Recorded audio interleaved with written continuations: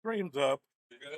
It's up. I mean, it's gonna take a minute for people to come in, but it's still. I mean, if you share it, it would help. Let me make sure we got audio here. I'm gonna have a guest commentator for this match. He's dear friends with Calvin, and this will be a blast. Let's get it going.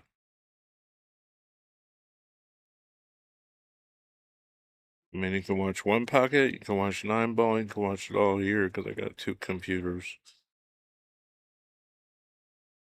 You can watch 9 ball, you can watch.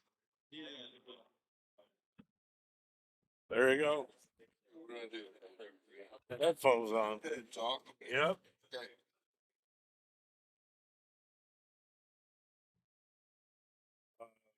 I don't really do the ball count. Okay. As far as on the screen, they don't even listen. If you tell them to put the balls in the ball tray, they still don't listen. So I posted it.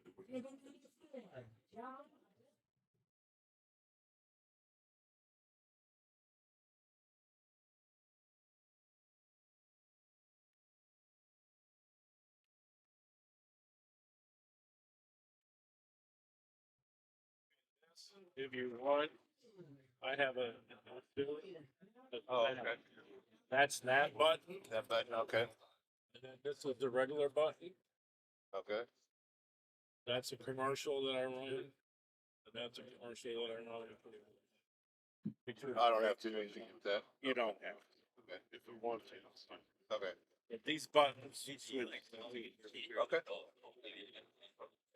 Yeah, it looks pretty. People love it. They're gonna love it. No, I've watched your stuff before. It's good.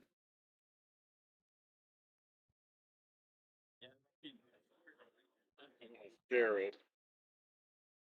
I mean, I'm from Ohio. I'll get a lot of people to watch. And then if people from Kansas watch, there'll be a lot of people. I hope so. Yeah. Okay, you got Rich Foley here commentating for the very first time. Mike's got me set up. I don't know what I'm doing, but we're watching Alex Olinger and Calvin rush out Red Lawton, a 94-year-old former, somewhat professional pool player from Topeka, Kansas. Should be a real barn burner. We've got Calvin is an excellent safety player. It's going to be a long match. He takes his time.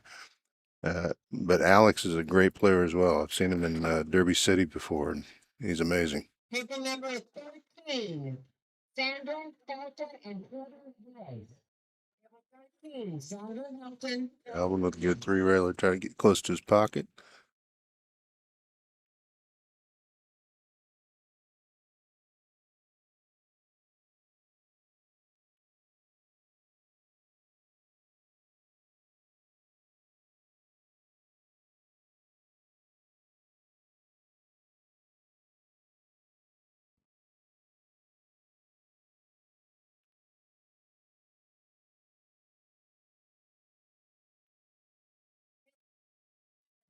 George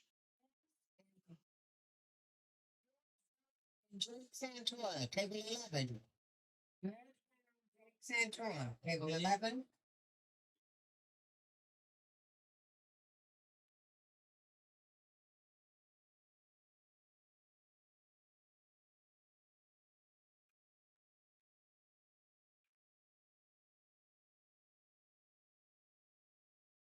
Looks like ball counts 1-1. Calvin pocketed one for Alex in addition to his own.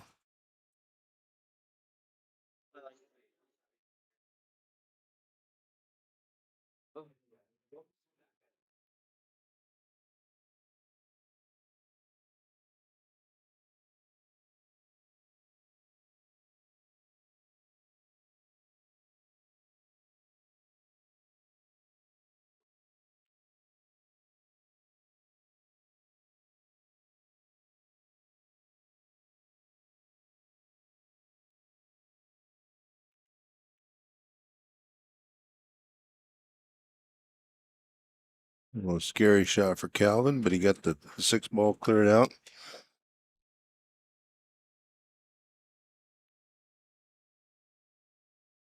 All counts 2-1. Alec, in favor of Calvin.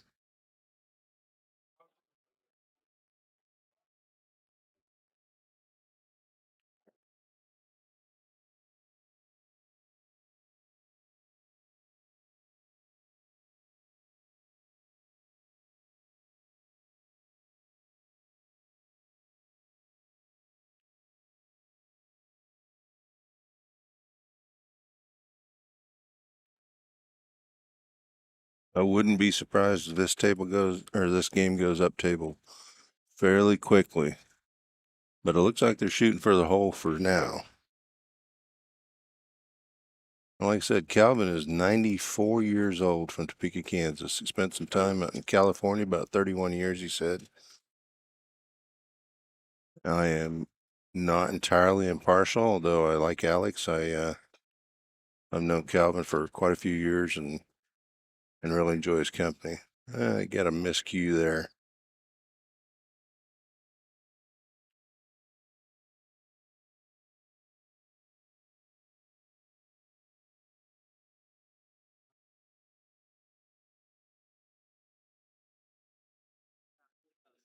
See in the top of the screen that says Rush up there. That's his cue case that he hand painted. It says Rush Out Red on it.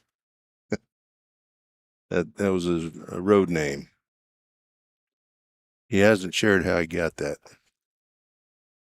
Okay, Alex is up 2-1 now.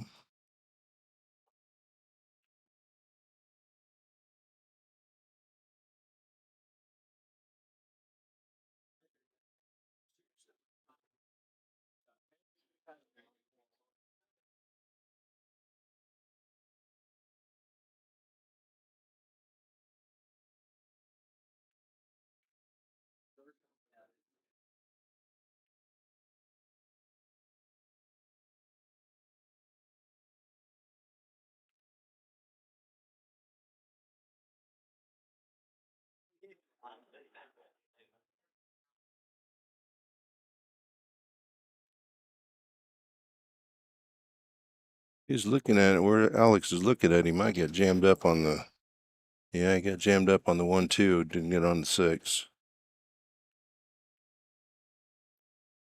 You're gonna give Calvin any breathing room.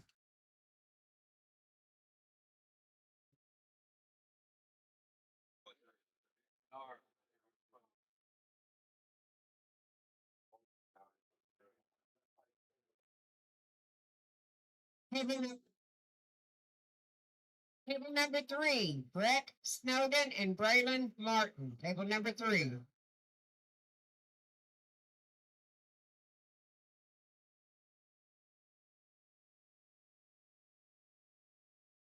Okay, Calvin plays a containing shot. Gets the ball a little closer to his hole. And Chetty He's relatively safe, it looks like.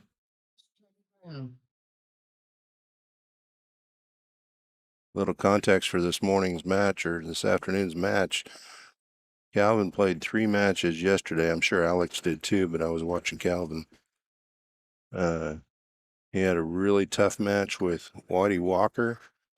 Went hill, lasted about 3.5 hours. And after that, he started another match at midnight, finished at about 3:30 in the morning, playing a match. So, okay. Good takeout by Calvin. This is not his first rodeo.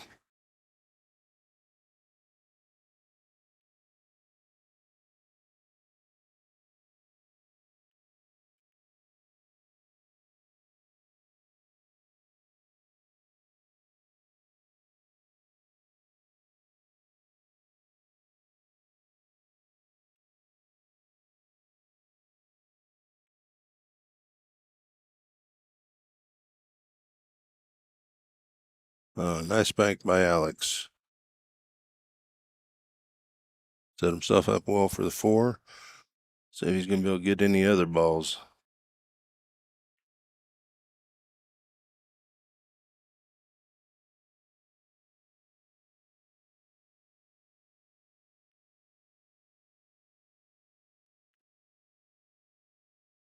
Shot to fall on the 14. This could be a quick one. Table number 8, Jake Allen and Rod Beers. Table number 8, Jake Allen and Beers. Table 8. Left that one on layaway. If Calvin can dig it out and maybe get on the offensive side.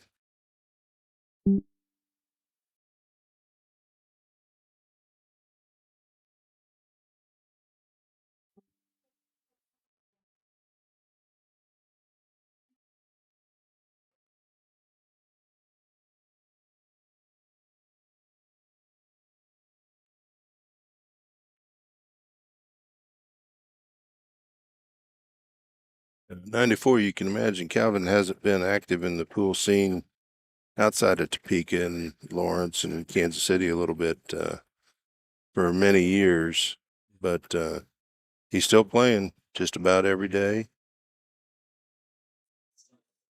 And a lot of the old timers will know who he is.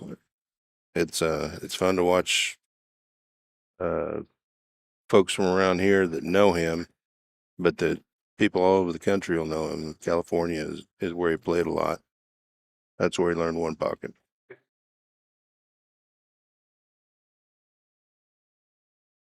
Yeah, I think he wished he could have given the mat ball.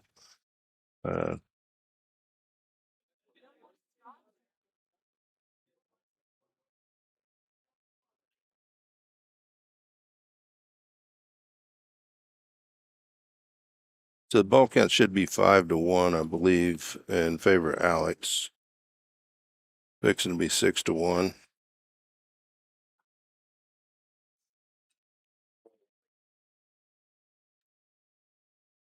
Still a little short on the 6.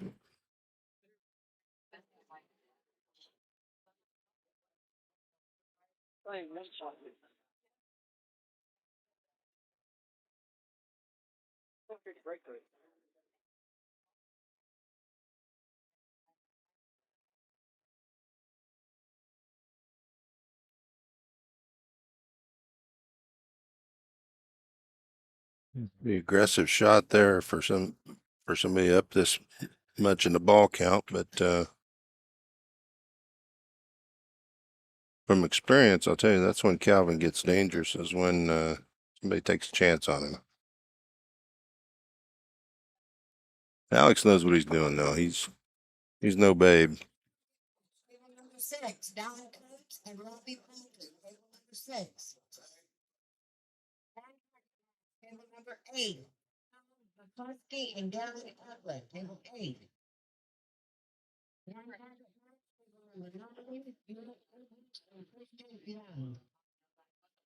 Yeah. Just to get a ball to this hole. I think he's covered it so Alex can't get to the 8 ball directly, but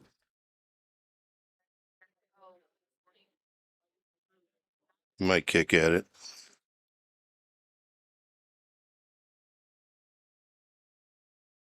Wouldn't be surprised if it kicks underneath it. No, it goes on top of it. I found a dead ball in the rack. The ball counts 7-1, it looks like.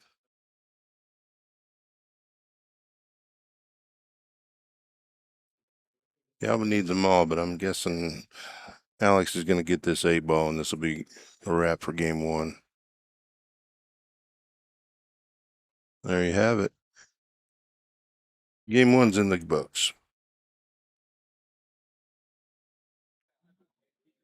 This is a race to 3. We're at Shooters in Kansas City, or Olathe.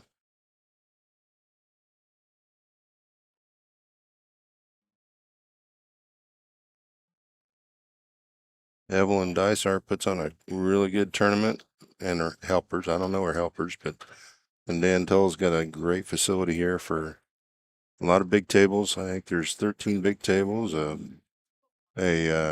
billiard table, 3-cushion billiard table. I got a snooker table in the back, and then a whole slew of 7-foot tables.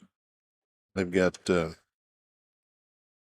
4 diamond tables sitting in front of me, 9 or 7-footers. We also, in the background, we've got a 9-ball tournament going on as well. 170 some odd players, I believe, in that. This tournament started out with 64 in the one pocket. I think we're down to 16, if I remember right.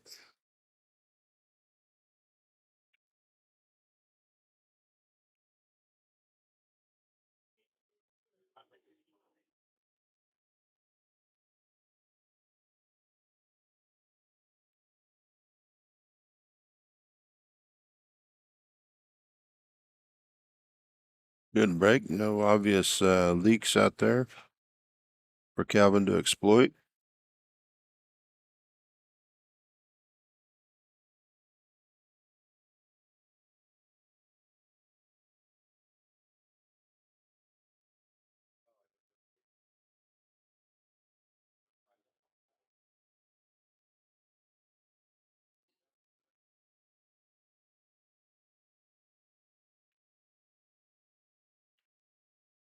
Get the top side of it instead of the bottom. It's going to give Alex an easy start to begin with.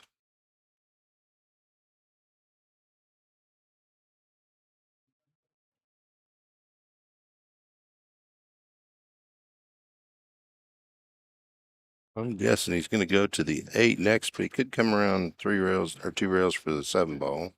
It looks like he might be drawing it back.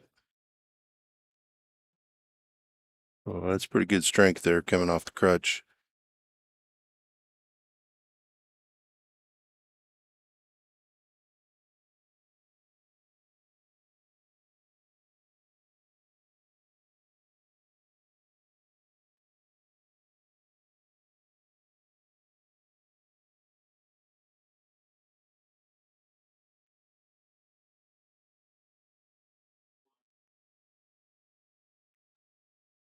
Yeah, pretty easy shot here, although he's jacked up.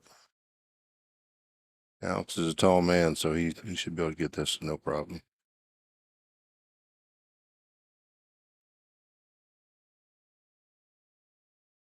Okay, well, left it on layaway.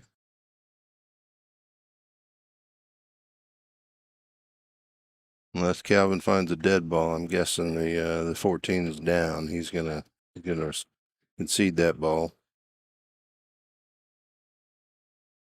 There's a lesson for you younger players. Look at how Calvin's studying that rack. He's trying to find any dead ball in there that he can find.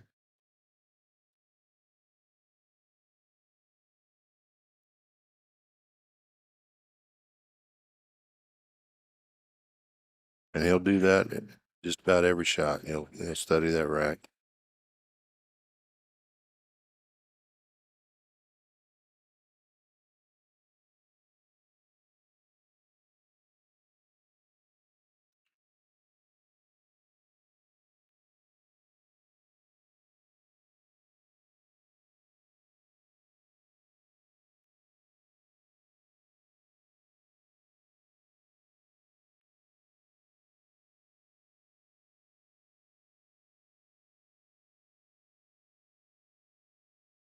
Okay.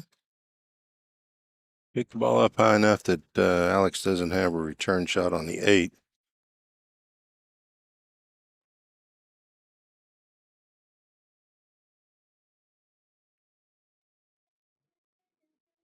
Contained it pretty good. A lot of folks would have just pocketed that ball, but it would have opened up that 8 ball for Alex to make back to his hole. Galvin knows this. He's been at it a day or two.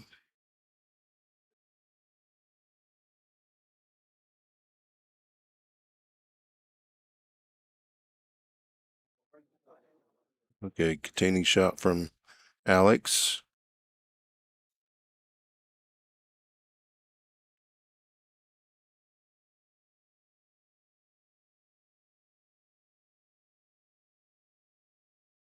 Galvin's gonna take the go from this angle. Yeah, 12 ball, get the ball over to his side. Leave a threat there, force Alex to take it out.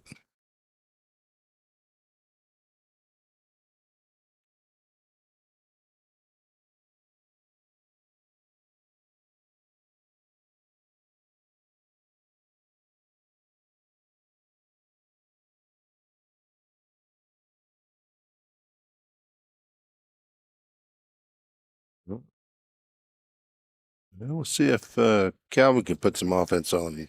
Takeout failed on that one. These tight pockets here, they're about 4 1/4, I believe.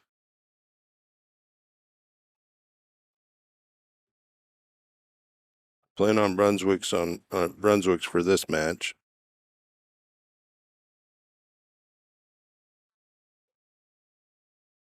Okay, Calvin's going to settle for 1, it looks like. Unless he can find something to come in the backside of that stack and open up some stuff to his hole. I'm guessing that Alex is probably going to be on the backside of the stack when Calvin comes off to 11, goes back into it.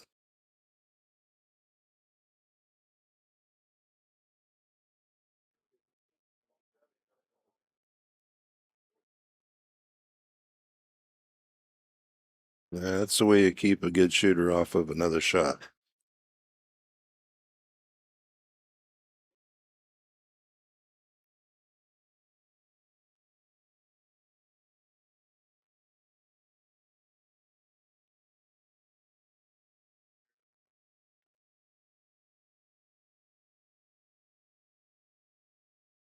You're probably going to see two different styles in this game. Alex is a shooter, and he plays a younger man's game. Calvin's old guy. The score for the game score. Calvin's an older guy. He plays an older man's game, and he plays it well. He'll play the long game. He's got a lot of patience. Served him well over the years. Yes, he's got a 2-rail that 8 ball to his side and probably stick the cue ball right there below the 3. Like I said again, unless he finds a dead ball or just wants to move some stuff to his hole.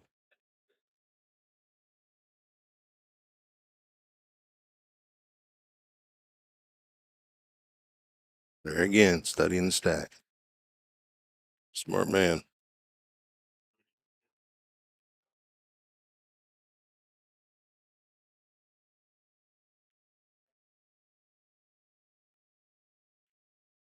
He's going to go into the stack, open some stuff to his side, maybe.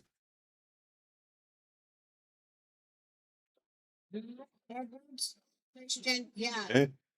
Came out pretty good. Look at that. Has left Alex a 5 ball back to his hole, but it's not free. He could come low on down by the 8 with the cue ball. Now he looks like he's going for his hole. Like I said, he's a shooter, so if he makes it, he's good. If not, he didn't leave much for Calvin to shoot at.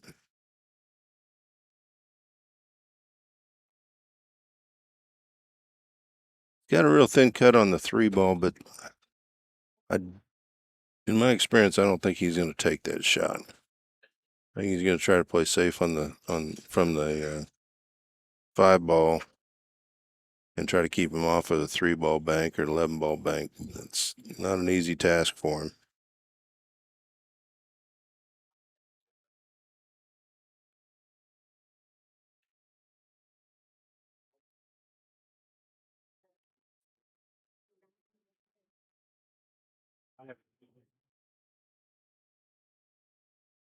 Yeah, I know. Pardon, Pearl?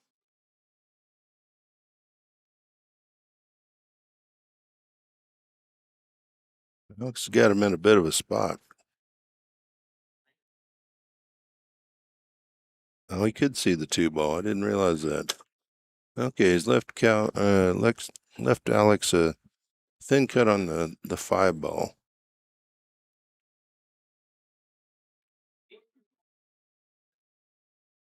Alex is full of confidence in his shot, and he'll probably take this on.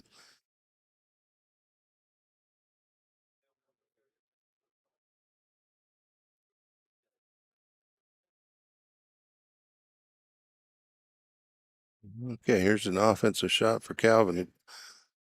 Yes, he's going to take the 3 and then come over for the 8. He has a real, in his advanced years, he is not, he doesn't use as much draw as he used to back in the younger days. So he'll probably shoot a following ball and come down for the 8 off of the 3.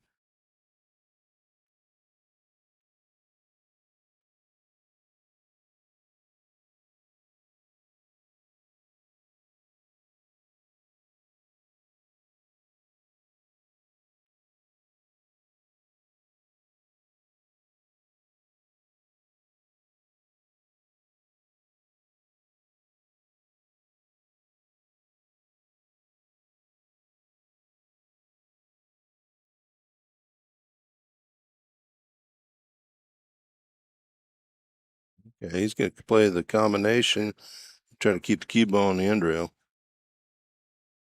Oh, he made the combination. Good shot.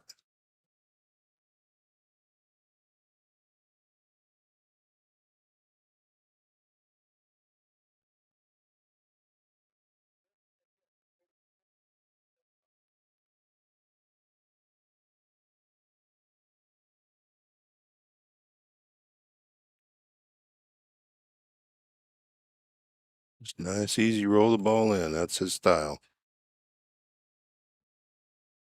He's left himself on the 3-ball. It's going to be a little bit more difficult getting a shot on something else, but he doesn't mind taking 2 or 3 balls and leaving Alex stuck up.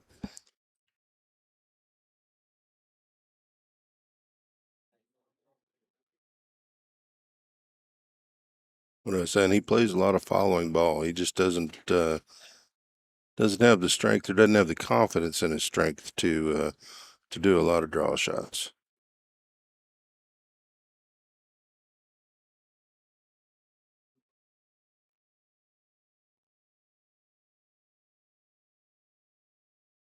I think he's going to come off the 12 and probably leave Alex on the wrong side of the table, having to kick or kick something up to or put something up table.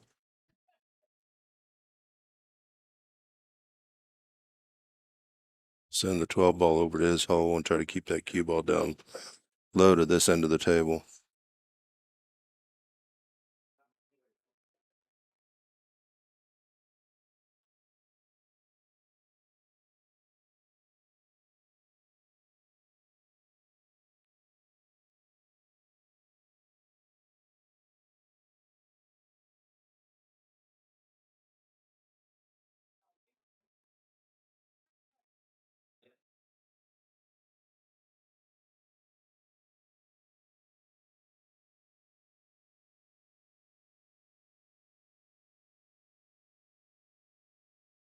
Oh, good shot. Put him almost on the 1-ball. Tied up the 1 and the 8. He left the bank for Alex on the 12-ball. straight back bank, but it's not free. I don't think Alex will take that with the ball count what it is.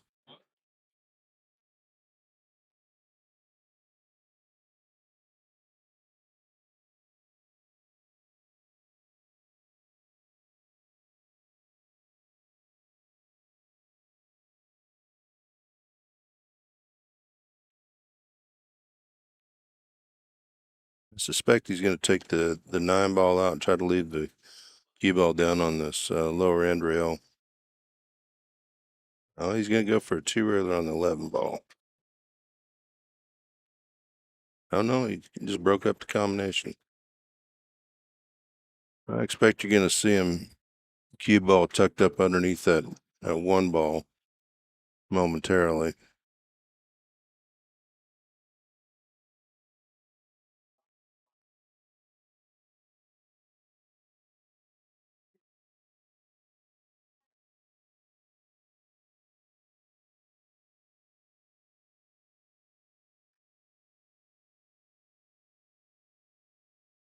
He's going to blast them both out. Take the cue ball and he moved the ball to his side. Left the bank on the 4, but it's not free. He'd be jacked up trying to shoot the 1 ball, but and the 6 ball blocks the 2 railer. I'd just take out the 9.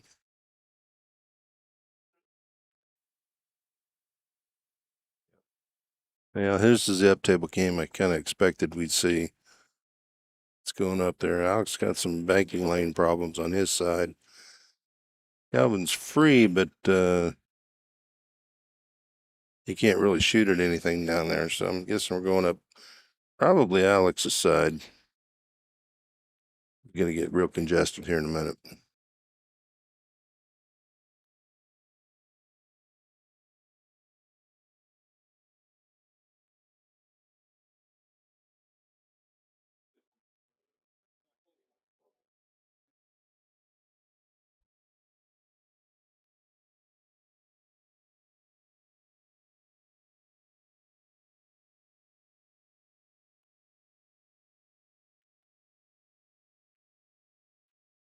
Okay, Calvin looks like he might be banking at the 11 if he can get that cue ball around over by the 9.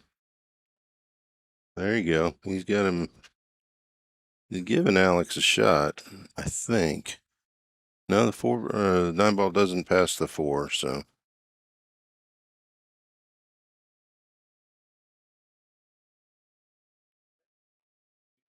Alex might like to come off the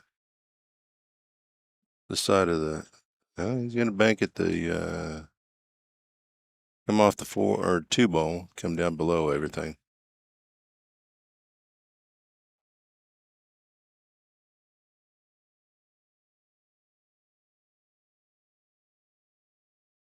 Well, that's a smart play. It looks like Calvin's probably gonna be forced to move that 4-9 and leave him doubled up so he can't get at these 2 balls on his left side. Alex can't get on Calvin's the 1 ball and the 11 ball. Okay, he's gonna take the 2 ball, get it on his side. Well, another miscue. And a foul, it looks like.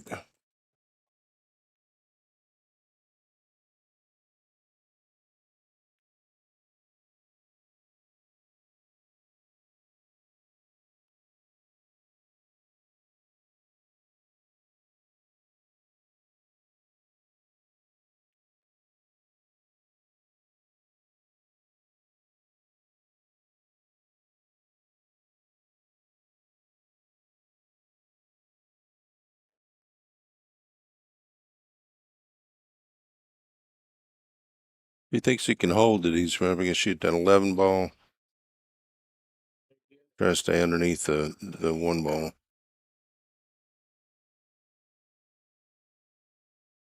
Called that one wrong.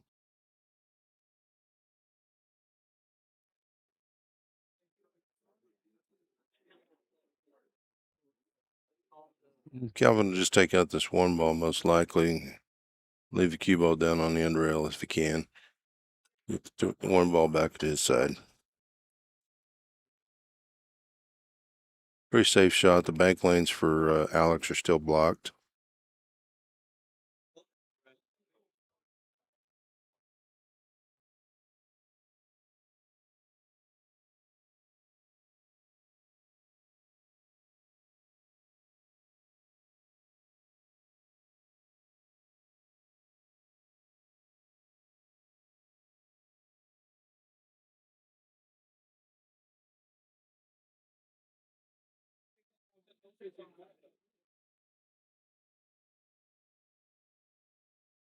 Ooh, got loose on that one.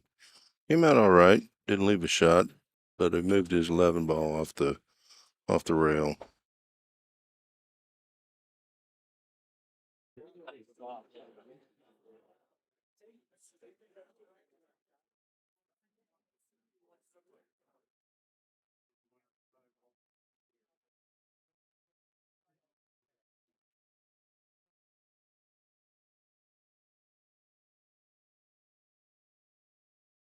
Matt Edwards. In the building, you need to come over to the ball counter. Matt Edwards. Okay, Alex looks like he's gonna bank it. Possibly bank the 3 ball. Yeah.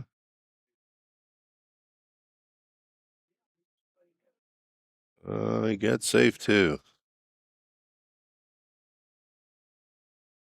Okay, well, I'm guessing Calvin's probably gonna try to have to block him up with the 12 ball. Hit the 12 ball, block him with the 4 and the 9, keep him off that 3. As Alex did a really good job of hiding the 3 ball with the 1 ball.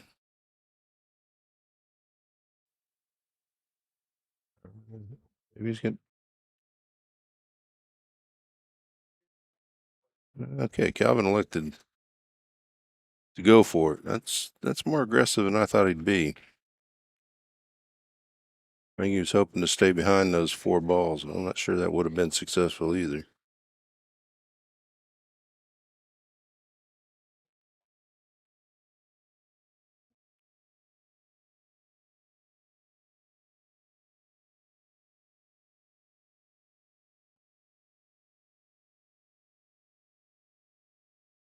That's a pretty steep angle to bank that 1 ball back, so he's going to clear it out.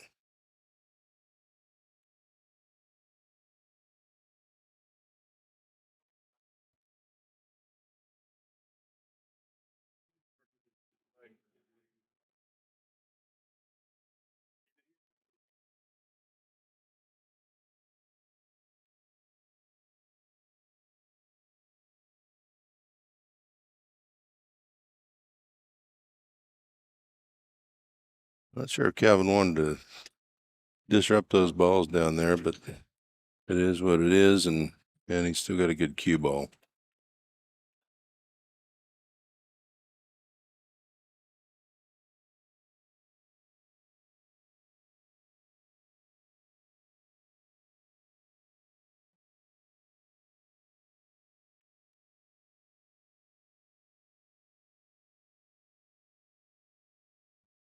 Pretty sure the 4 ball doesn't go, but he could get it closer to his hole and leave the cue ball long if he can take that shot.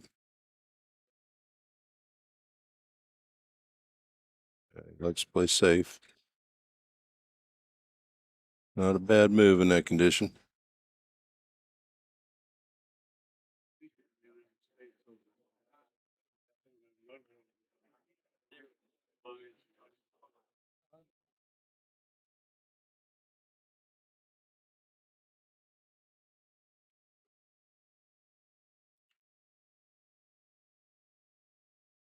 True to form, Calvin staying pretty cautious, controlling the cue ball, keeping Alex's balls tied up there in the corner.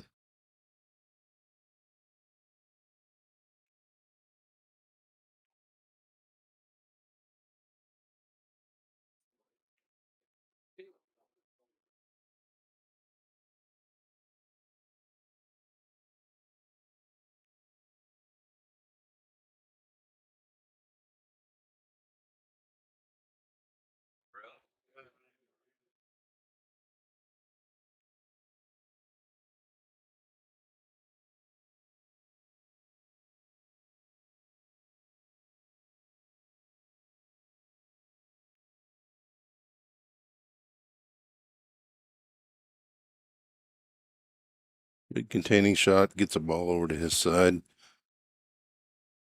It's a smart play when you don't have anything good offensive to shoot at. Play safe.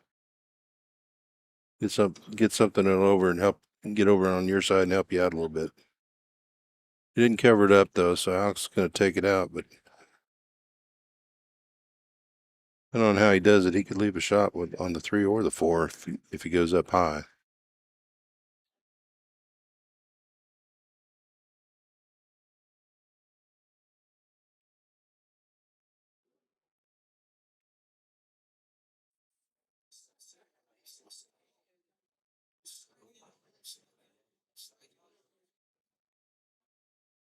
He's covered up the 2 with the 3, I think.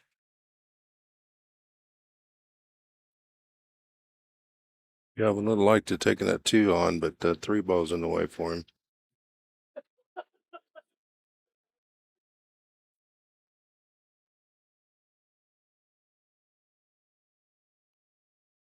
He's going to duck.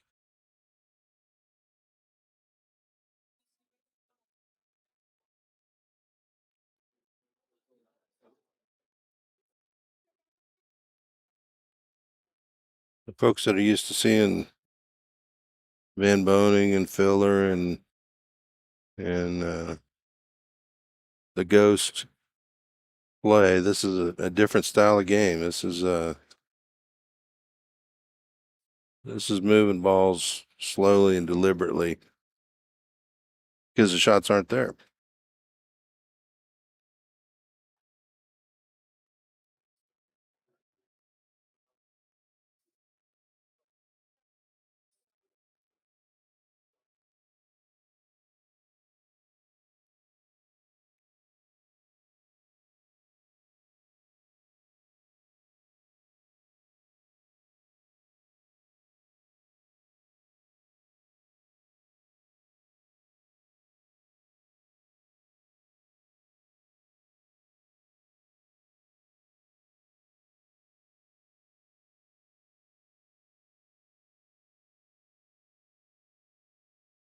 What a shot. Calvin found that out of nowhere. I didn't even think there was room to get up by the 3.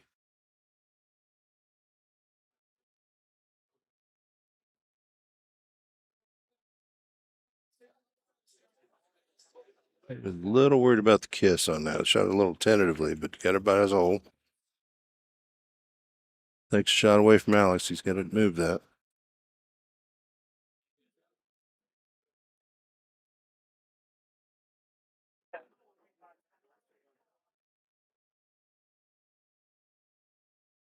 Yeah, we're going to see a wedge up there in the corner, I think.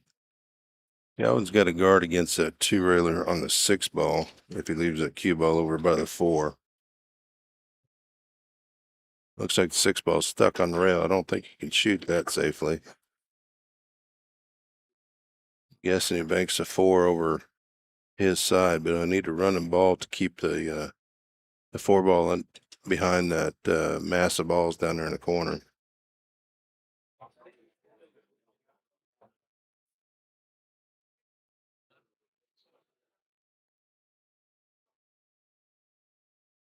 Okay, and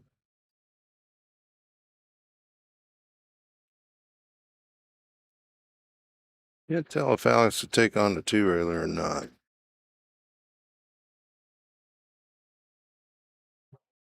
Looks like it's there. And maybe go on the 2-railer on the 4 ball.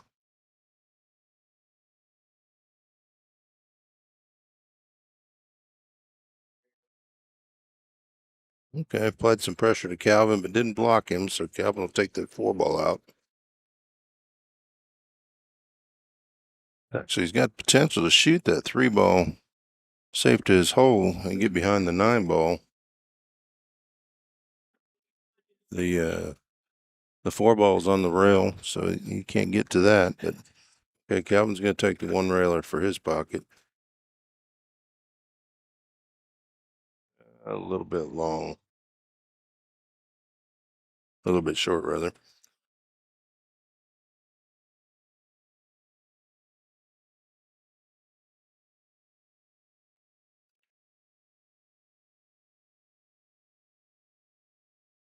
Left Alex a pretty decent shot at the 8-ball.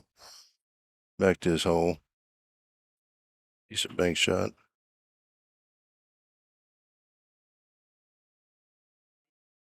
Not easy to avoid the scratch on this one though.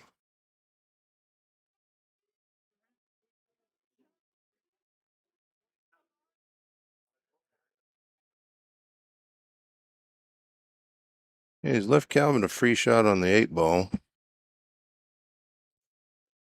Doesn't carry position on anything, but he can get the ball to his hole and do so safely. Table number 10, Adam Sturgis, James Yeller. Table 10. He's elected to take the ball away from the hole. 4-ball out.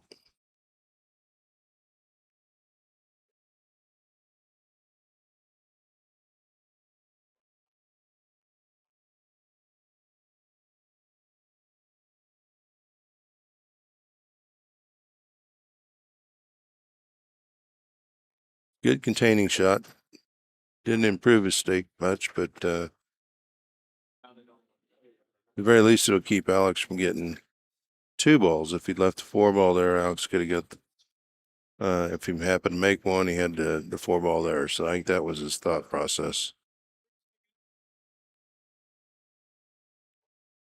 Okay, with this type of angle, I expect Calvin to shoot at that 4-ball, bank it back towards his pocket. He can control it pretty good with the how heavy he gets to hit it, and possibly come up for the 8 in his own pocket. Come up behind it.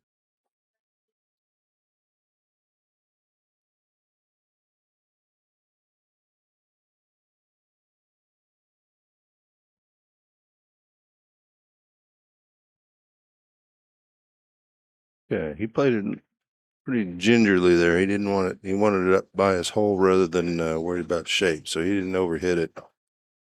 Forces Alex to take him out, take out the 4-ball, but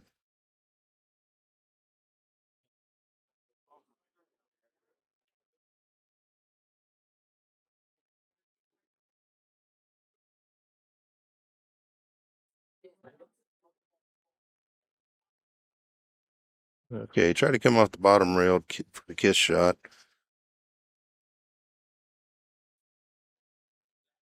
Good idea. He still got safe.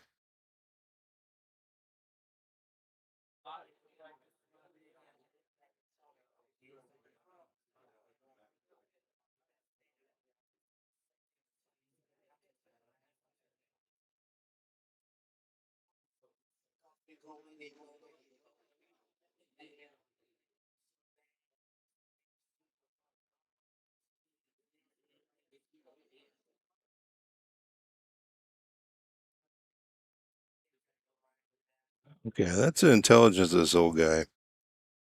Rush out red, Calvin Lawton.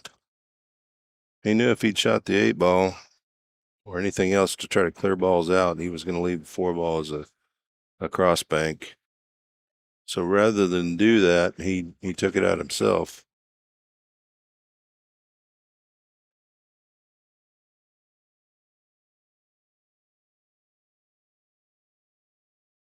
He knows his limitations, he knows his strengths, and he's playing to them.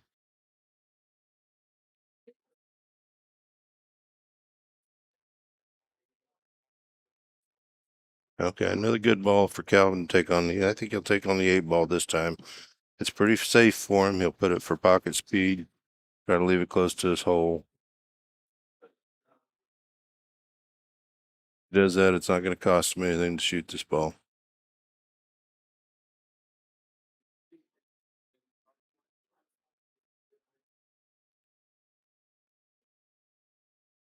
Good ball. Nice, safe, controlled shot. Doesn't make it, but doesn't leave anything.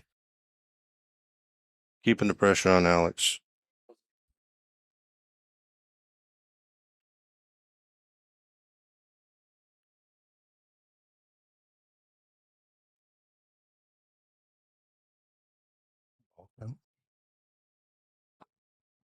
Ball count.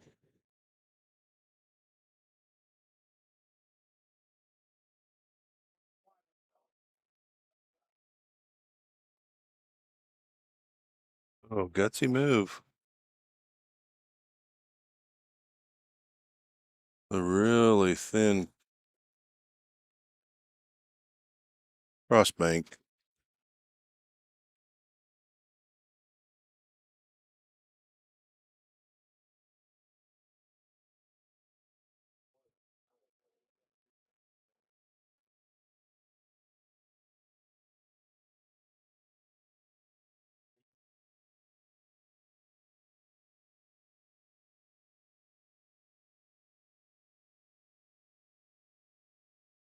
A dangerous shot that Alex took. He turned the cue ball loose, and he wasn't very far off from scratching, but he came out all right. Yeah, I was going to be forced to remove this ball.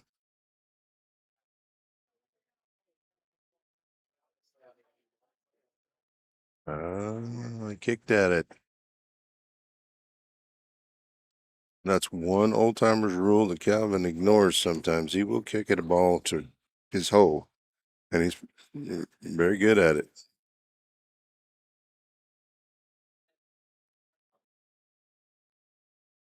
Oh, good shot. Alex got that one down. Turned that ball real nicely.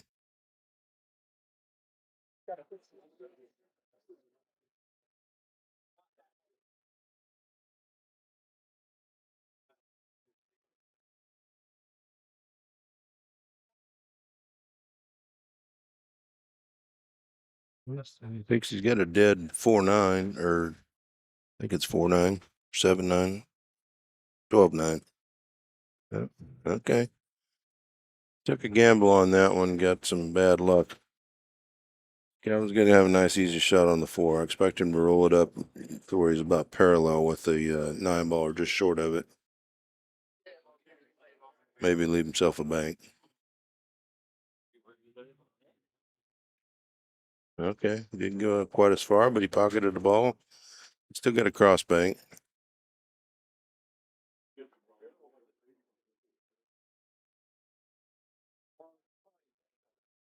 Nice pocket speed. Okay, leaves it on the end rail. So no return bank for Alex.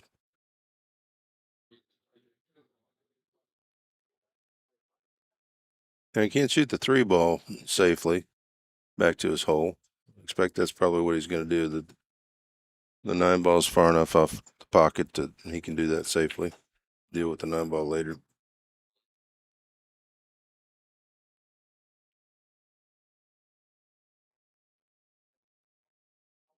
A good bank. Be a little bit short, looks like.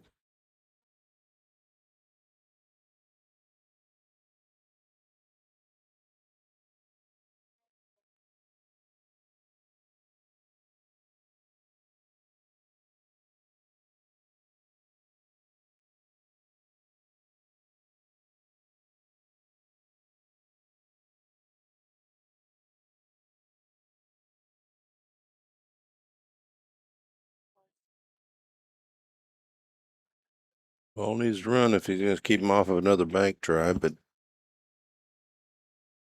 I think Alex will go for this 8 or 3 ball again. A little bit tougher angle though.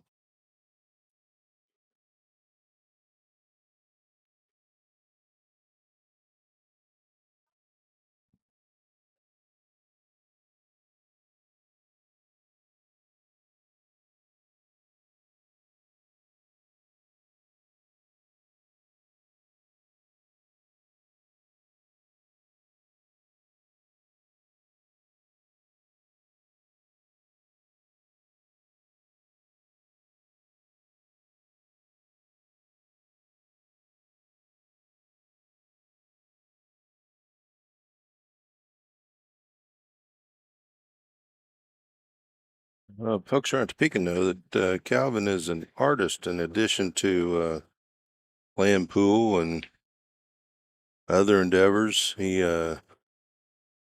carries a sketch pad with him, and he's drawn probably hundreds of folks that in the pool world and outside the pool world to demonstrate his talents.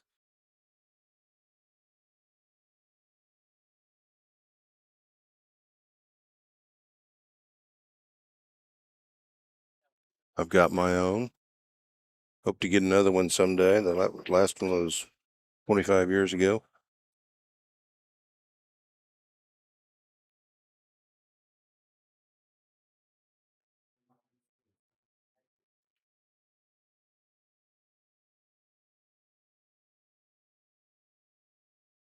When he was on the road and when he was playing in California, he would carry a sketch pad with him. When he wasn't playing pool, he'd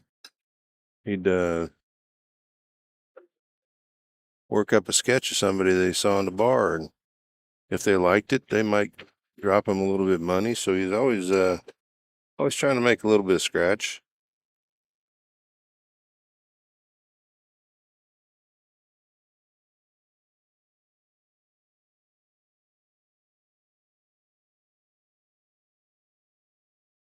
Nice long shot. Got it down. Leaves himself the 4-ball. Oh, I'm sorry, the 3-ball.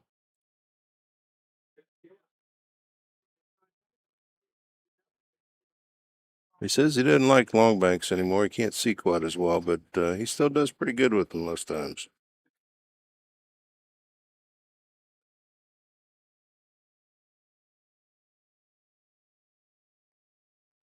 Good ball speed.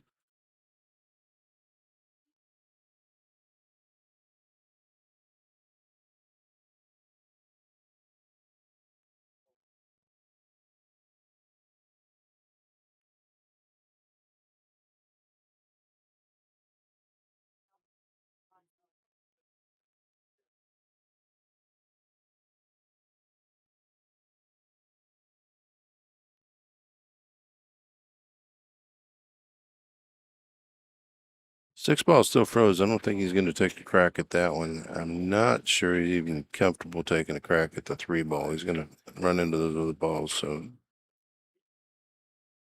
he's going to play a nice little safe.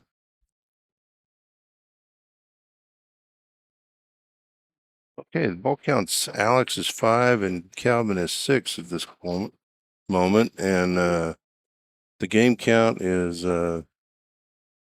1-0 Alex. This game 2. Race to 3.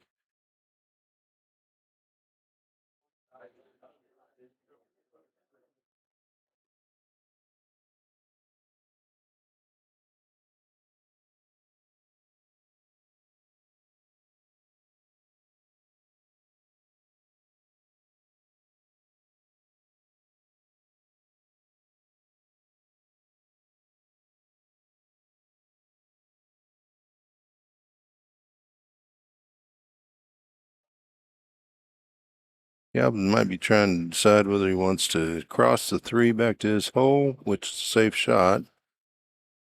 If he can control the speed, stay off the 8-ball, or take the 8-ball out. He also has the option of pocketing the 12-ball, but I don't think he's going to do that. He doesn't want to put any more balls down table with even a 1-ball lead. So just play it nice and safe. Chris, put on. Could you come back here, please? Chris, put on. He's left him a shot on the 12-ball if he can shorten it up. Still 1-0. I seen they had all the balls up in the corner. Yeah, they had the balls up the corner and started a wedge, but it's slowly working its way out. I think the ball count is still Alex 5 and Calvin 6. So I think it's going to be an up-table game for the rest of it. People will be banking at him. He got like 50 viewers. Pretty good. You got more than I got. I got like 30 over there. Hey, if you're watching, put out on Facebook to get your buddies to watch. We got some folks from Topeka, I guess, are watching. But we only got like 50 viewers right now, and this is a match for the ages, folks. You're not going to see a 94-year-old playing that long. Guy's got stamina, but he's not going to be here forever. So watch this match. It's a treat. So get your buddies on there as well.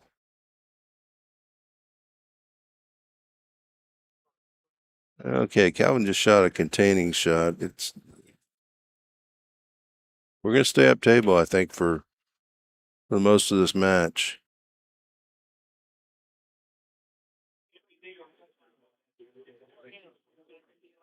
I think I said Calvin shot a containing shot. That was Alex.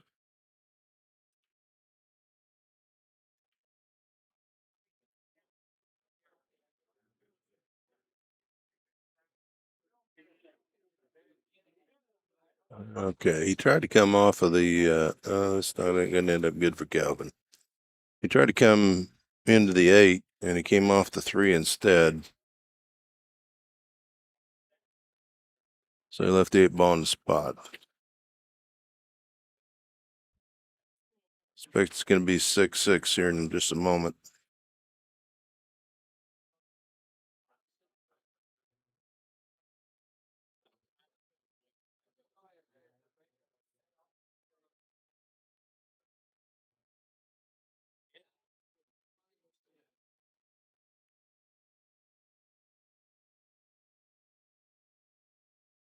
Oh, Alex with a little bit of bad luck there. He pocketed the 8, but trying to get on the 3, got a little bit firm on that ball. So get me back to a ball count of 6-5 in favor of Calvin.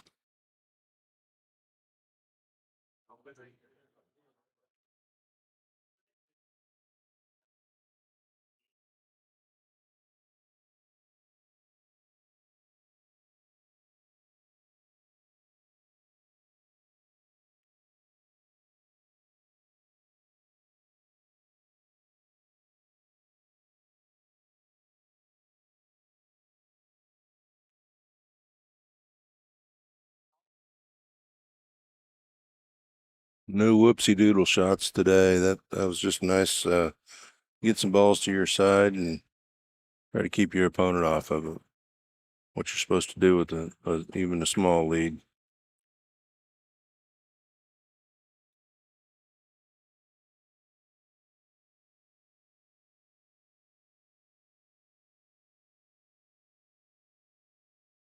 And I'm incorrect on the score count. It's 6-4. 6-4. I got 5 balls on the table, so.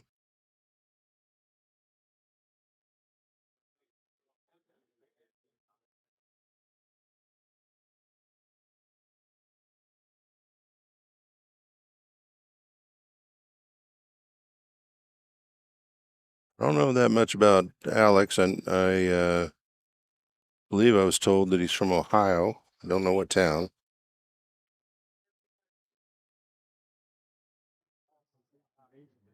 He's real accommodating. Offered to change tables if Calvin got too cold for the streaming table, and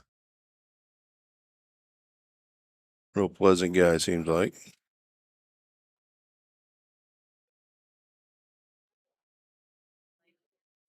Yeah, he's left a shot. I don't think Calvin can cross this. I think it's got a kiss in it. So he'll probably be forced to take that 11 ball out of the pocket.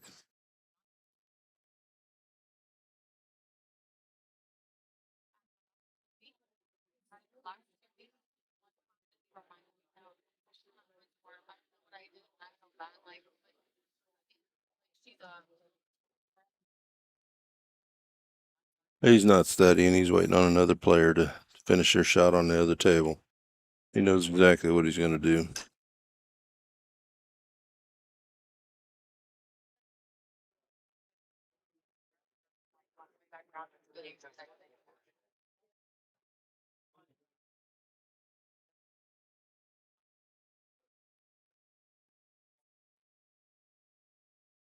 Okay, might have overshot that a little bit, put it back on Alex's side, but it's relatively safe. I don't think Alex can go for that 12 ball. It's just a little bit close to the side rail.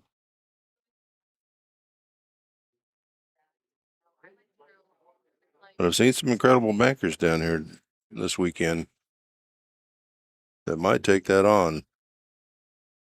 Not for me.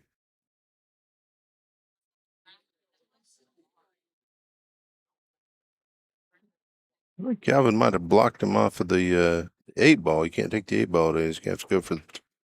Oh, he had to shoot away from his own hole. He didn't like doing that, but it is what it is.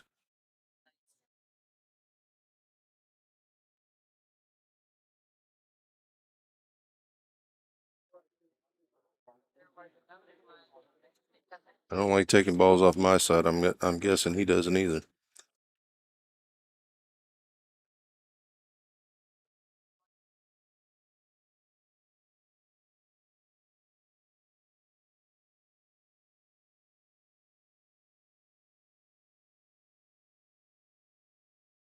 Okay, his thought was to try to get that 3-ball down by his hole and block it with the 11-ball, but it didn't quite block it. It's close enough that Alex is probably gonna have to deal with it now.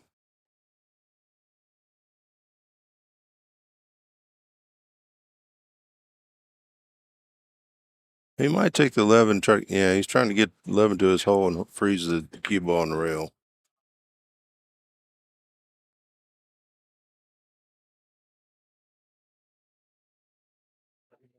Oh, almost a good shot.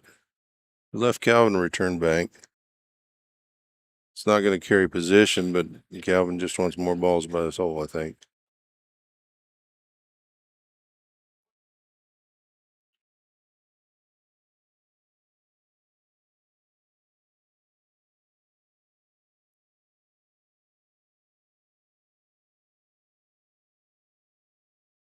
A little thin on that one.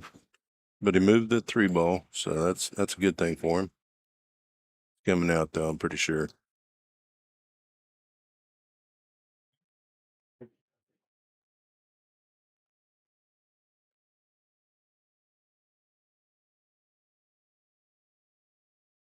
That's exactly what Calvin is hoping for. He'd get a shot at that ball, still close to his pocket. He'll take that.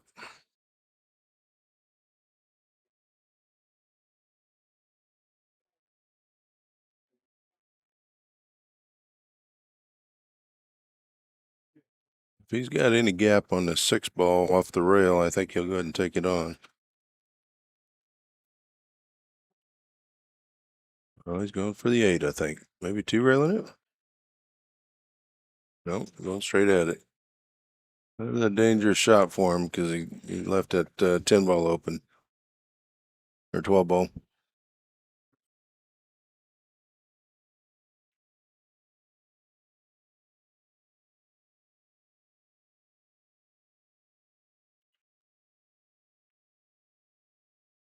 Yeah.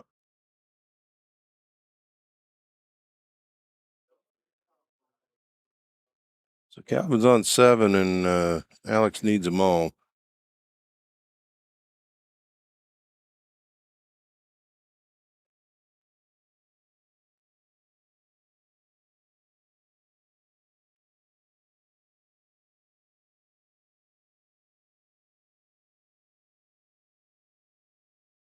Number 7.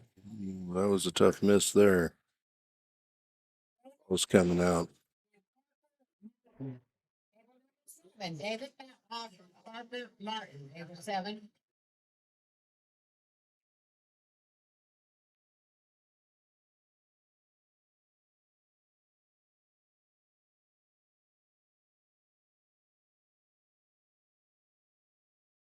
Okay, just 3-railing it over to his hole. Actually left it on a pretty good angle. I don't think I think Alex is gonna have a hard time making this. He can bank at it, but he's gonna have a hard time making this one with the side pocket in the way, I think.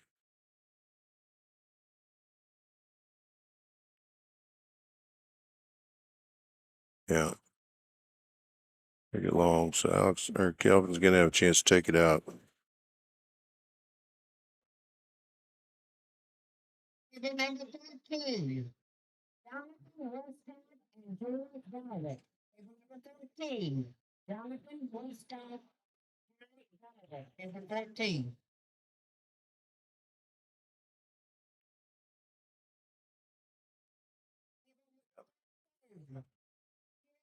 He got a ball by his side, but he's going to likely give up 2 balls for scratching.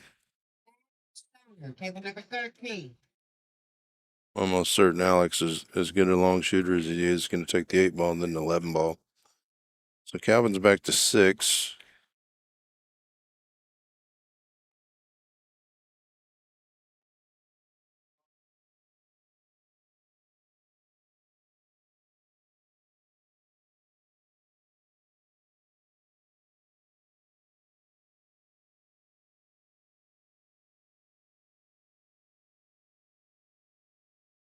Okay, well, that went a little wide on him. Calvin's got a chance to cross the 6 over, I believe, and give shape on the 11, which would be his out ball, if he's confident in it.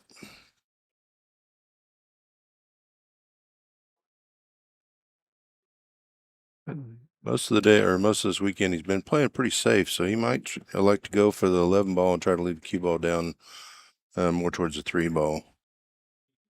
It's a safer shot, but he doesn't have any chance to get out at that point.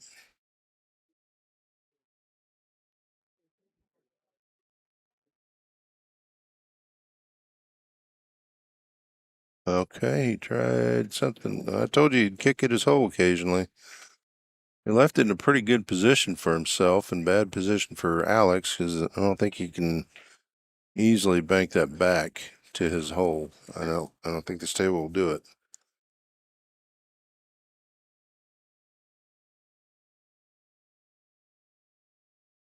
Alex got a choice of moving the 11 and playing the cue ball, or Kevin can't get to the 8 ball, or trying to take the 8 ball out. Looks like he's gonna take the 8 ball out.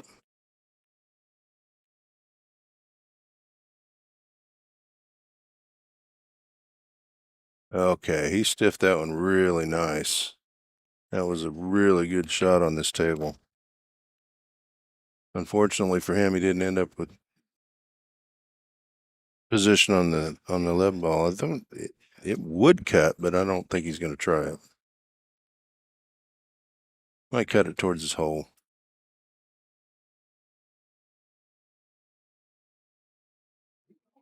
He's going to bank it back in position so he has another bank shot.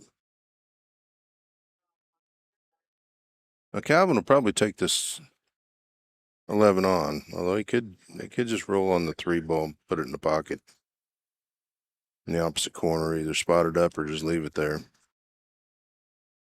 Still ahead on ball count.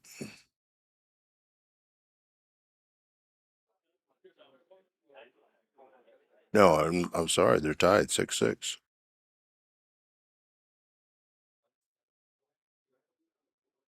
Okay, so he's putting it on the spot.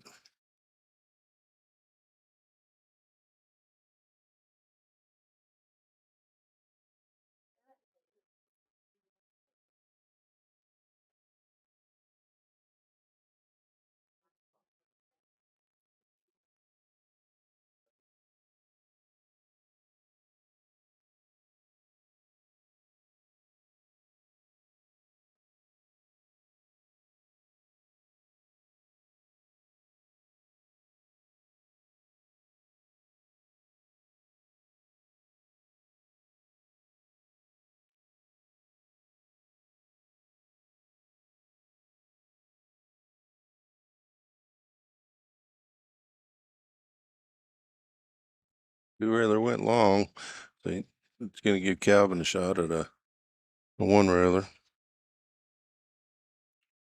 he can put this down, he's got a good chance to win this rack.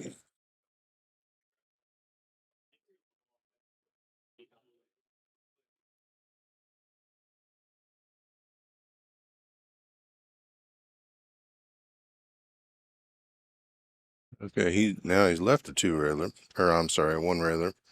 Cross bank back to his corner.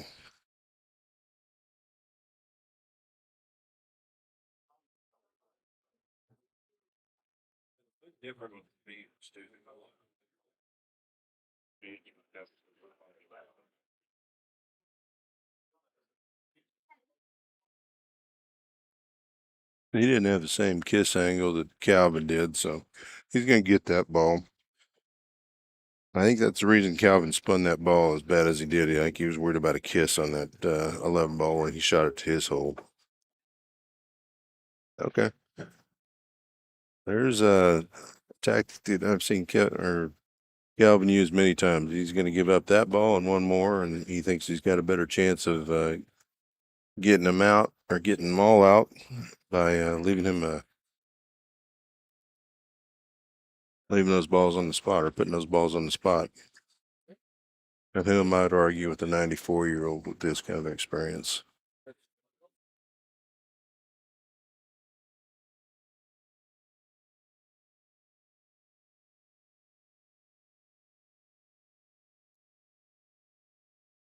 So Alex might try to cross the 2 ball.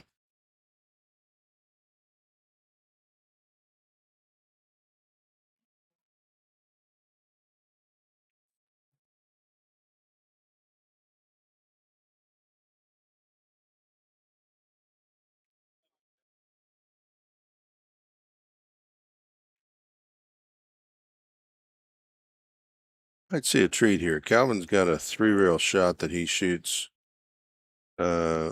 Might shoot on that 6 ball. You go 2 rails and then just short it. No, he's gonna just try to control the cue ball and get some balls on his side. 11 ball's gonna be a problem for him now. He missed it both, so he's gonna owe another one. I think he was trying to come really thin off of the 11 ball, so he didn't. If he hit it the 3 into the 11, it was going to come towards Alex's pocket off the 2.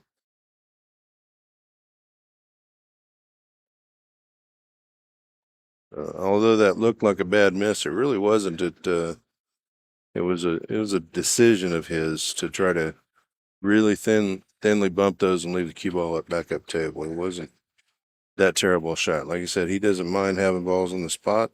As long as he's still at the table, he's got a chance.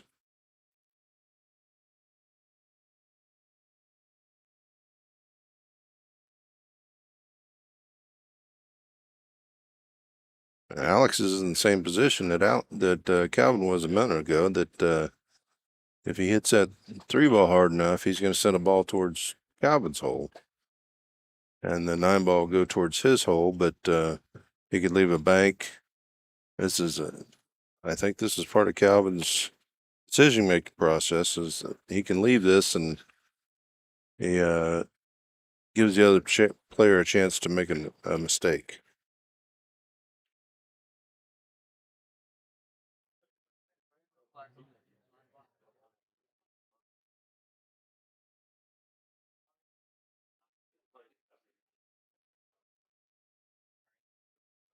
Alex clearly sees this and he doesn't like it, so he's gonna work on the 6 ball, get it back in play, which he doesn't want to do. The ball lead, he doesn't want it back in play.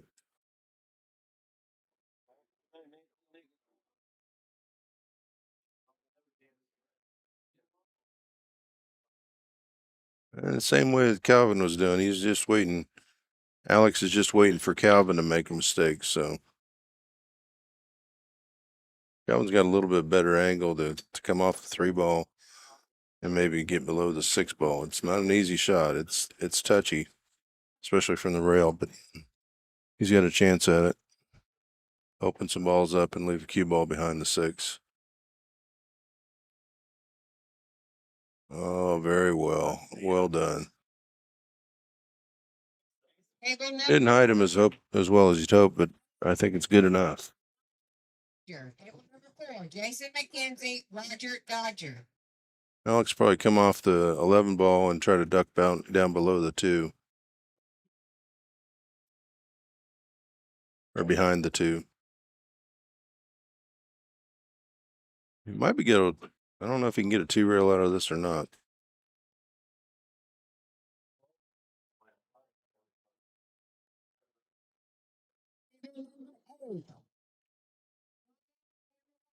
Jason Fitton, table number 8, Ryan Cameron and Jason Fitton, table 8.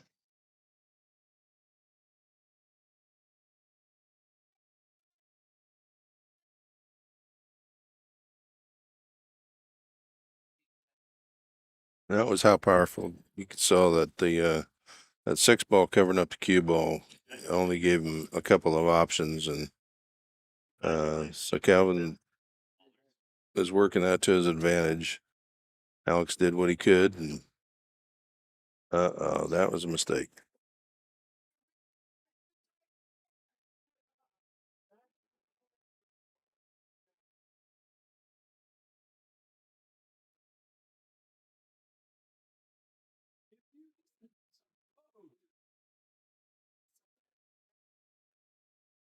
Like Alex needs 2. I expect him to get them here. We get the 3 on the long bank, and then probably come down for 11.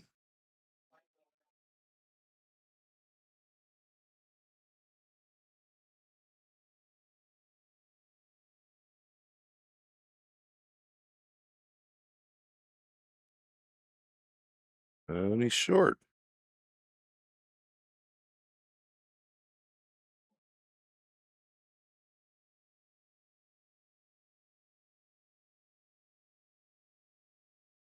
Knowing how safe Calvin shoots, I'm not at all certain what he's going to do here. This is a dangerous shot for him to come off the 3, try to bank it to his hole. He's going to likely clip the 6 ball, probably leave himself in trouble. It looks like he's going to try to come off the top side of the 3. Oh, he's just going to kick to it. That's not going to be effective. Table number 12. Gonna leave Alex a good shot on the 3 ball, but no guaranteed position on afterwards. He's gonna run into the 6, and the angle may not carry good position for him. Didn't really have a good draw position there. I'm sure he's capable, but it's an unknown.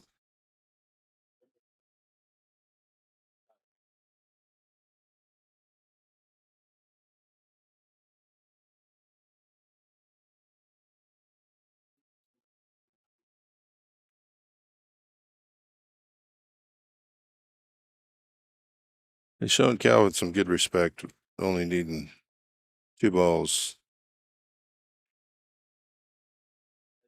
Okay, so that's a cue ball is going to get loose on him when he goes into that 6. So Calvin's still got a chance. Calvin needs 4. I think Alex needs 1. Oh, it might have got out there.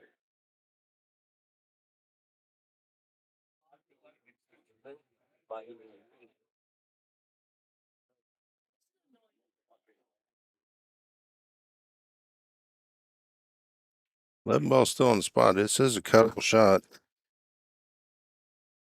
Alex being a long shooter and young eyes, I think he could take it on, but and it's free.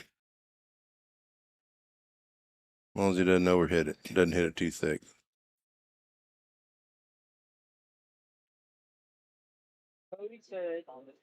Okay, he didn't quite get away with it. I think he might have left Calvin the shot on the 11 ball. If he can catch any part of it, he's going to get it back to his side and leave the cue ball long. And he's got a ball by his hole. So. Table number 5. Martin Hurtak over Olathe. Table 5. Martin Hurtak. Okay.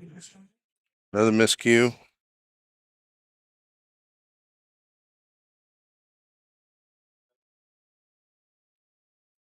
Not offering any excuses, but I've played with Calvin recently, and I know he needs a new tip. I think he would agree with that.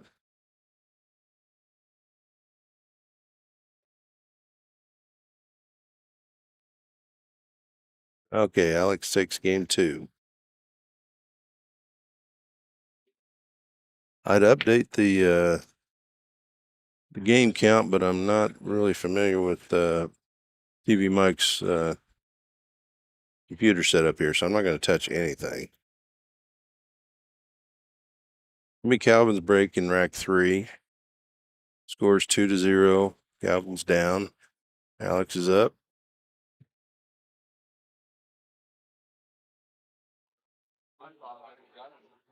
For those of you who know Calvin, this is a point in the game, and he'd say, "I got to bow my neck." One of the many sayings that he has. He's quite a character. If you ever get a chance to meet him, come up and shake his hand. He's the friendliest guy in the world.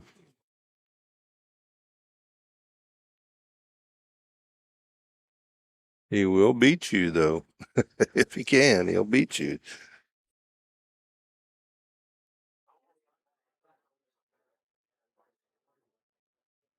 But it'd be a gentleman doing it.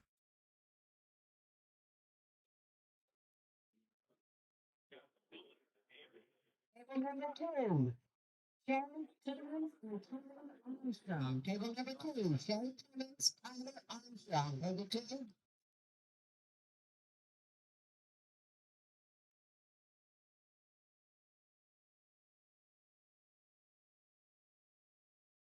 Okay, pretty effective break there.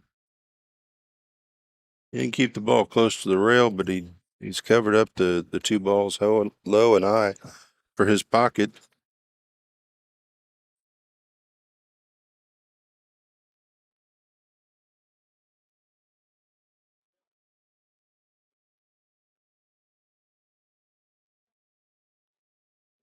So he's probably going to have to use the 1 to take the 9 out. Again, that's a lot of moving balls to try to control and not leave a shot. He could choose to play safe here, which wouldn't be a bad shot. Wouldn't be a bad. I wouldn't fault him for it. Let's stick it on the 13.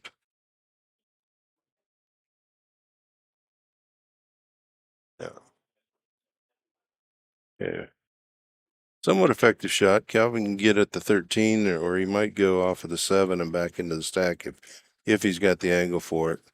Let's try to protect that 9 ball and the 3 ball as much as he can. He might just go straight to the rail off the 6. That still protects everything. Yep, they did. Okay, still protecting his balls. What can Alex do here? He can come long rail. He can try a wholesale takeout with the 3 balls. Again, that's a pretty loose play, but he is up 2-0. I don't think he wants to give Calvin a chance to get back in this. And like Calvin was doing, he's looking for some dead balls.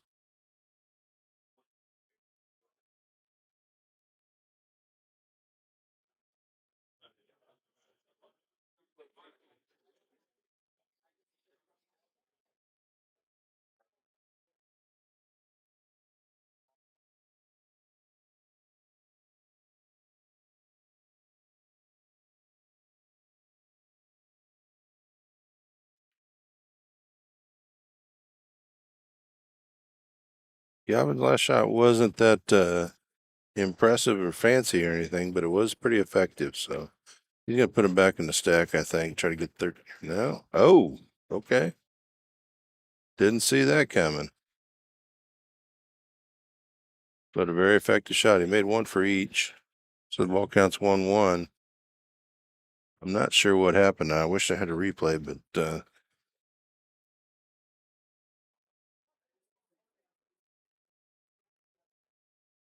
he pocketed the 13, which is the one he was shooting at.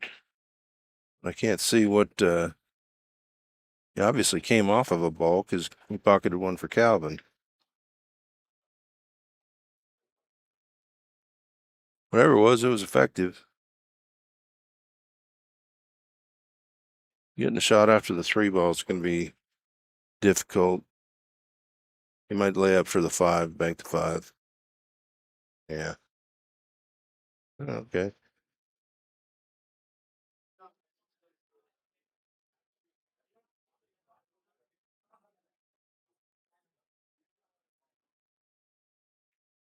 think the 1 ball goes to Calvin's pocket.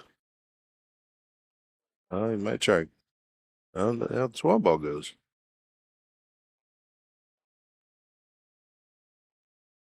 He's not going to be happy with that. I think he would have rather held that ball.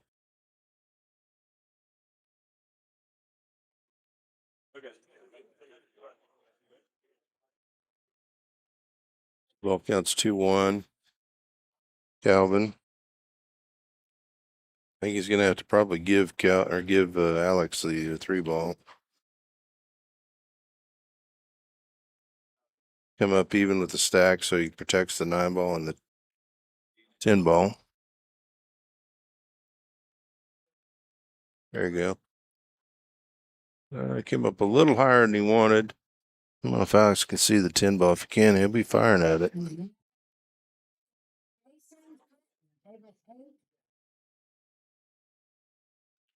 I think the angle is that he has to see the underside of it, so he could do a takeout with the 10-ball, 10-9 takeout. If you can't get it, so he's not in any trouble.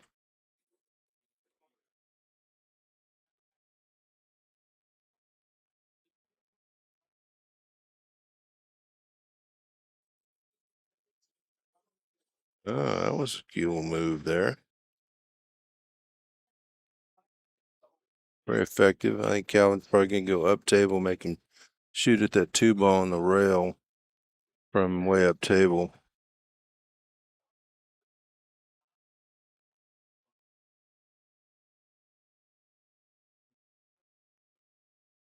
Unless he can take it out or make it for him, he might do that.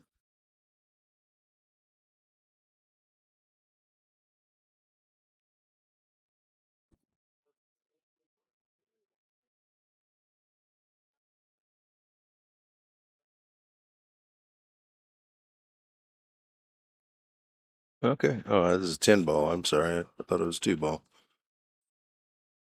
So the ball counts 2-2 now. Alex has a bank shot on the 1-ball. He's going to kiss off the 12, I think it is. Open the balls up to Calvin's side. So, okay. Can't tell if he's shooting out of the 5-ball. Okay. Just a containing shot. Try to keep Calvin off anything fresh.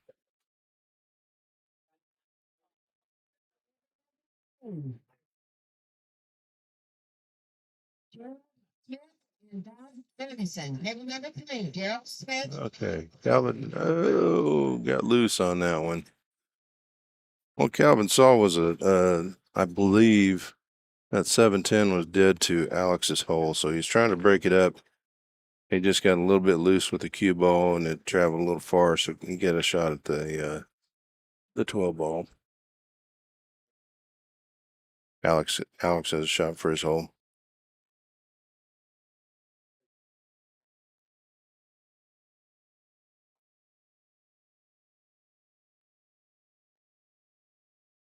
Hey, go forward and play for a bank on the 1. If he bumps the 1 out a little bit, he can play forward, play the cue ball forward and bump the 1 and play for a bank. But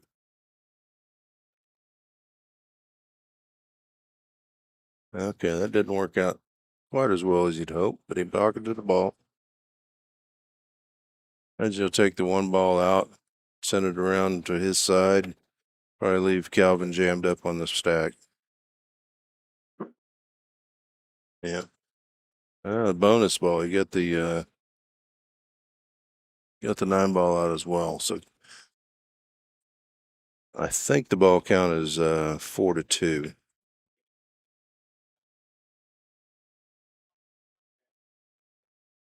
Yeah, that'd be right. 4-2.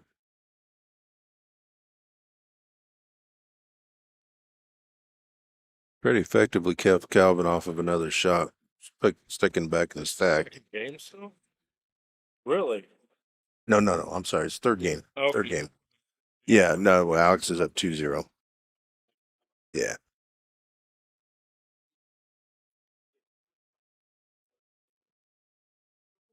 I told your audience I don't mess with your computer. Yeah, no.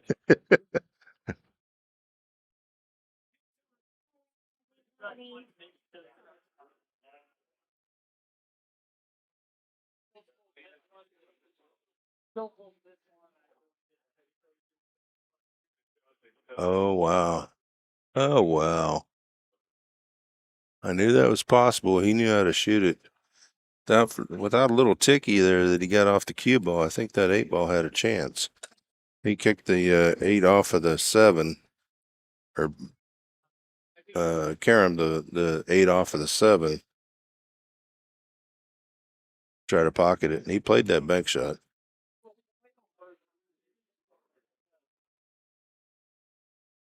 Yeah, I'm guessing we're going up table again. I think Calvin's probably going to pocket the 6, leave him, or not pocket it. Send the 6 up and stun the cue ball right into that 11-2.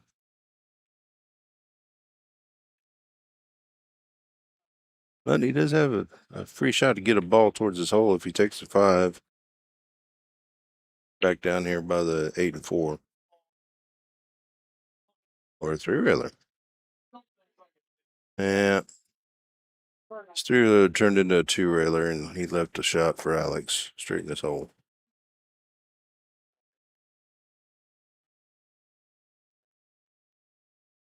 I watched the match with him and Whitey last night, and he was having some great success with that 3-railer, getting the ball close to the hole. Like Whitey would agree with that.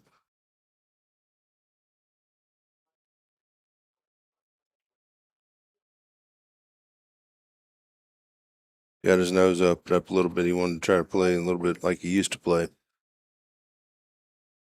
That's not an easy shot. Alex is jacked up over the 1 ball.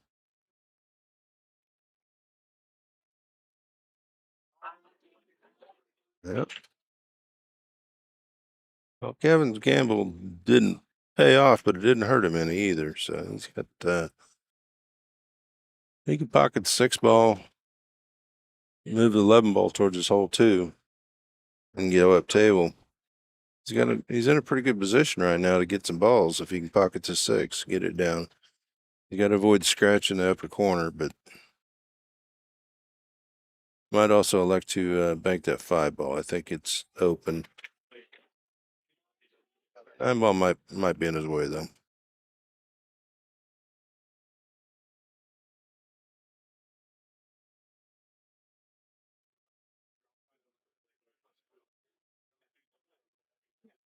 All right. Well, he got some balls to his hole. He's left Alex a long shot that isn't free on the 5 ball. So I'm not sure he's going to take that on, knowing Calvin's got some threats over there by his hole. He is an aggressive player, and he can get the cue ball back over to his side. So.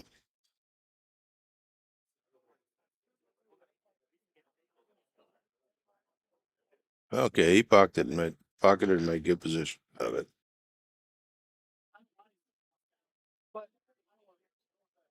He needed to pocket the 11 and drop down behind the 6.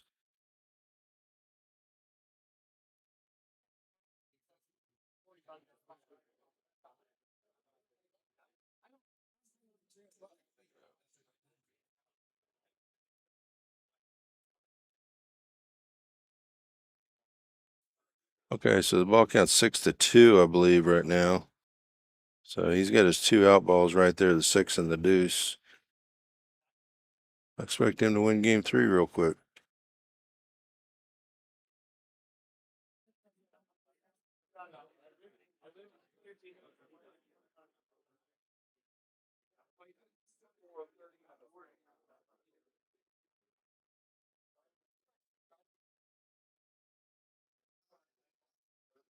And that's game 3. Alex wins in 3 games. Customary handshake. Like I say, Calvin's always a gentleman. Alex is too. Not the match we'd hope to see, but it is what it is. They're towards the end of the tournament, and they're both in the money round. So it was a good match. But Alex came out on top. Well, I guess I shouldn't say, but Alex came out on top. He shot really well. Missed some shots that I didn't expect him to, but came back from it. Didn't let it get in his head. Calvin just couldn't get going today. A little early for him after a late night last night. But thanks for joining TV Mike on BN YouTube Live, youtube.live. And I don't know if he's got any way to send him any money. Since he's been good enough to do this, I'm gonna giving some money out of my pocket just to help him out because he's doing this for, it's gratis. He said he's been doing this for 16 years. It's a really good guy, and I appreciate his efforts into keeping us in some watching some good action. This Rich Foley, I'm gonna sign off right now. I think the stream will keep running until Mike gets back over and shuts it off. But thanks for joining us.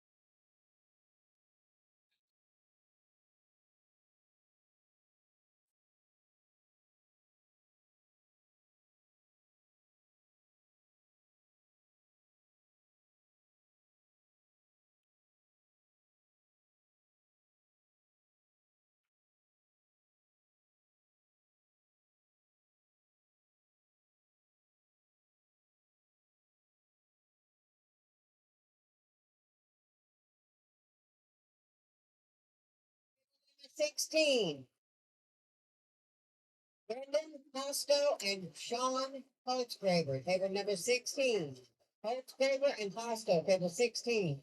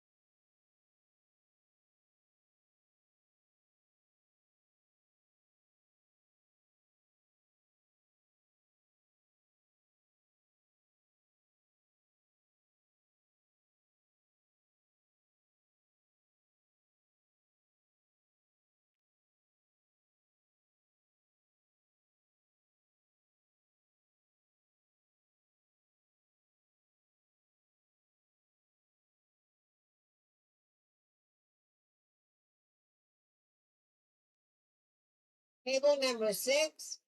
Dalton Comstock and Tommy Lacago. Table number 6. Dalton Comstock, Tommy Lacago. Table 6.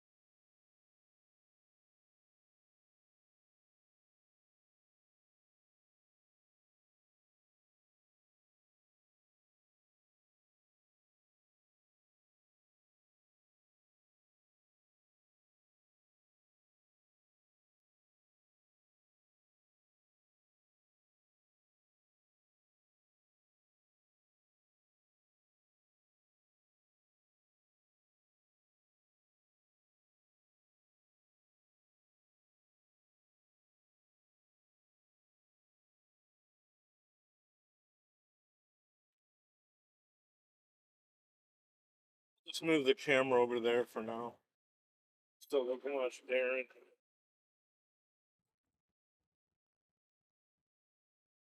All right, kids. Congratulations to Alex Olinger for winning his match. And congratulations to Calvin for being 94 years old and still playing and competing and playing as good as he does. Really, it's pretty awesome. And thanks to, I think his name is, I think it's Rich. Maybe not, but he commentated. All right, I'm trying to move the camera real quick.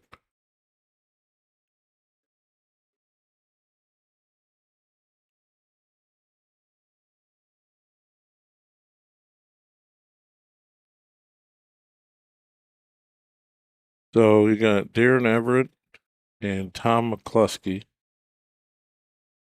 playing, what is it, 8?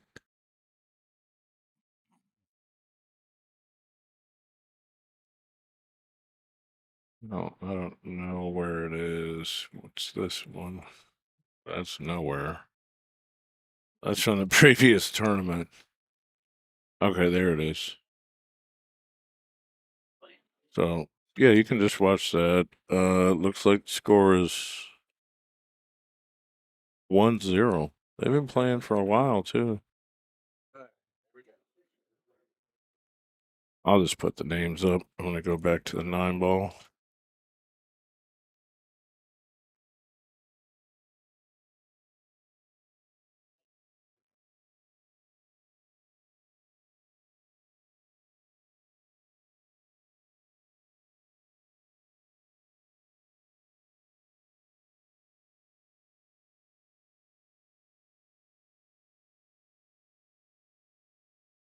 Alex needs to play Gary Lutman.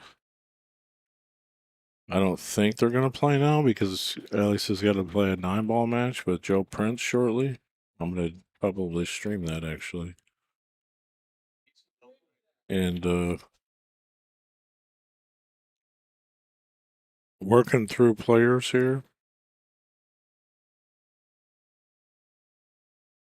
The chair match for one pocket.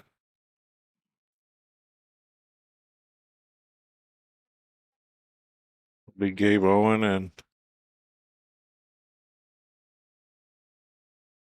Jay McMinn. Chip Compton's got to wait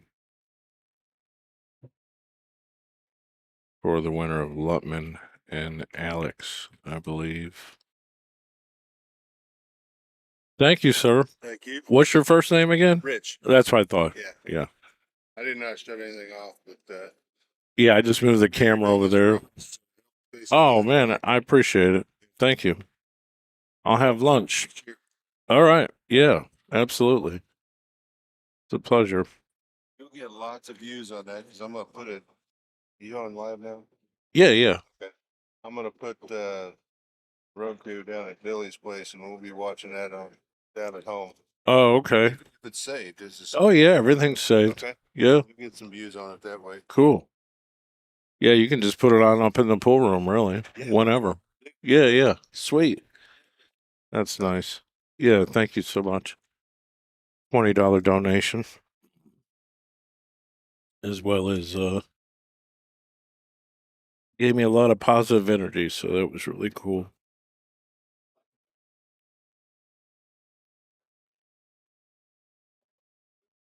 Don't think Alex and Lutman are going to play now.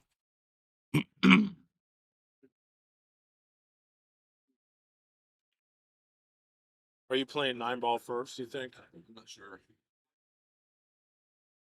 It fixed. I got a new tip from before that match yesterday, and Oh, it's like it was super flat. That's why I kept missing like straight in balls. oh. It literally got straight flat.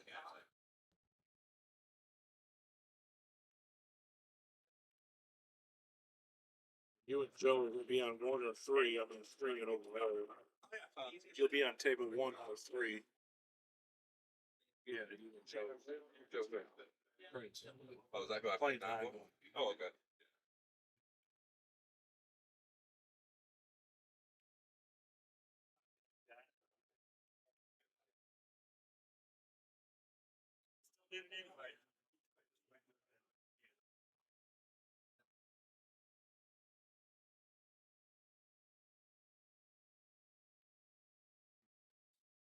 It's not mine.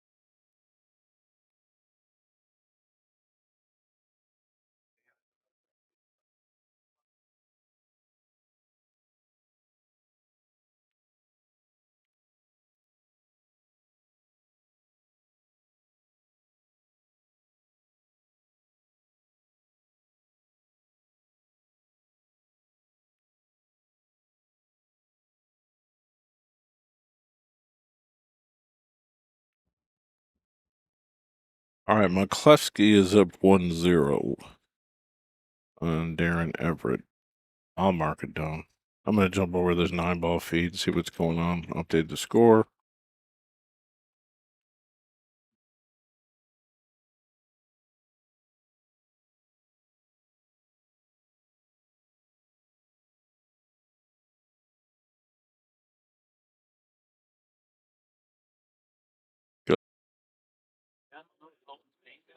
Yeah. They're on table 2. We're not taking a picture. That's at our six. I think 6. Oh, okay.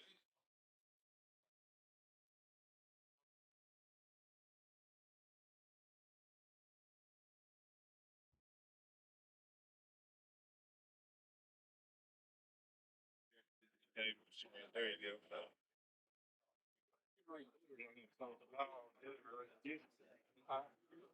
My kids were watching, so I think daughter. They were some of the people. You want me to get the screen and everything? Yeah, I'll just do this. Yeah. That'll work. Thank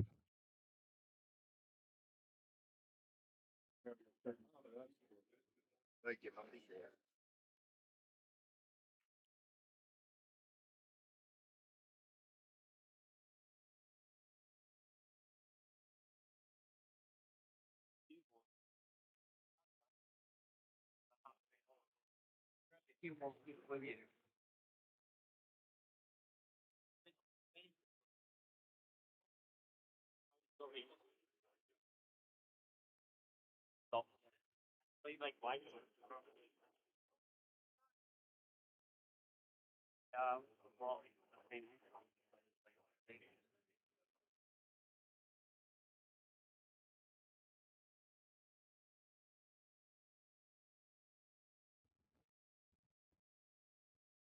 Well, sorry, kids. That computer just was like, something's wrong. Boop. I'm going to reboot.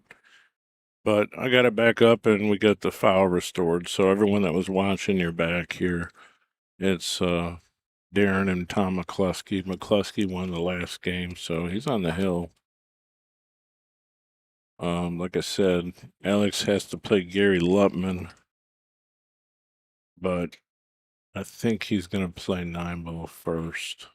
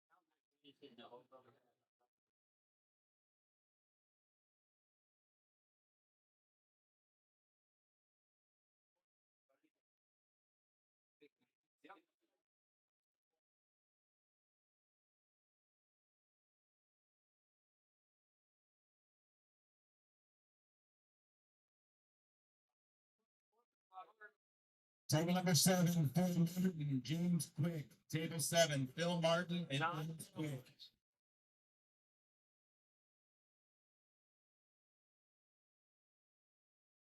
All right, let me go update 9-ball. Oh, wait. Did she say? I haven't talked to her. Oh, okay. I need to get somebody over here looking at this light though. Like it's bad. It's brutal. Which one is it? Table right here. All the lights are flickering. I see it. Somebody. I don't. They got some lights again.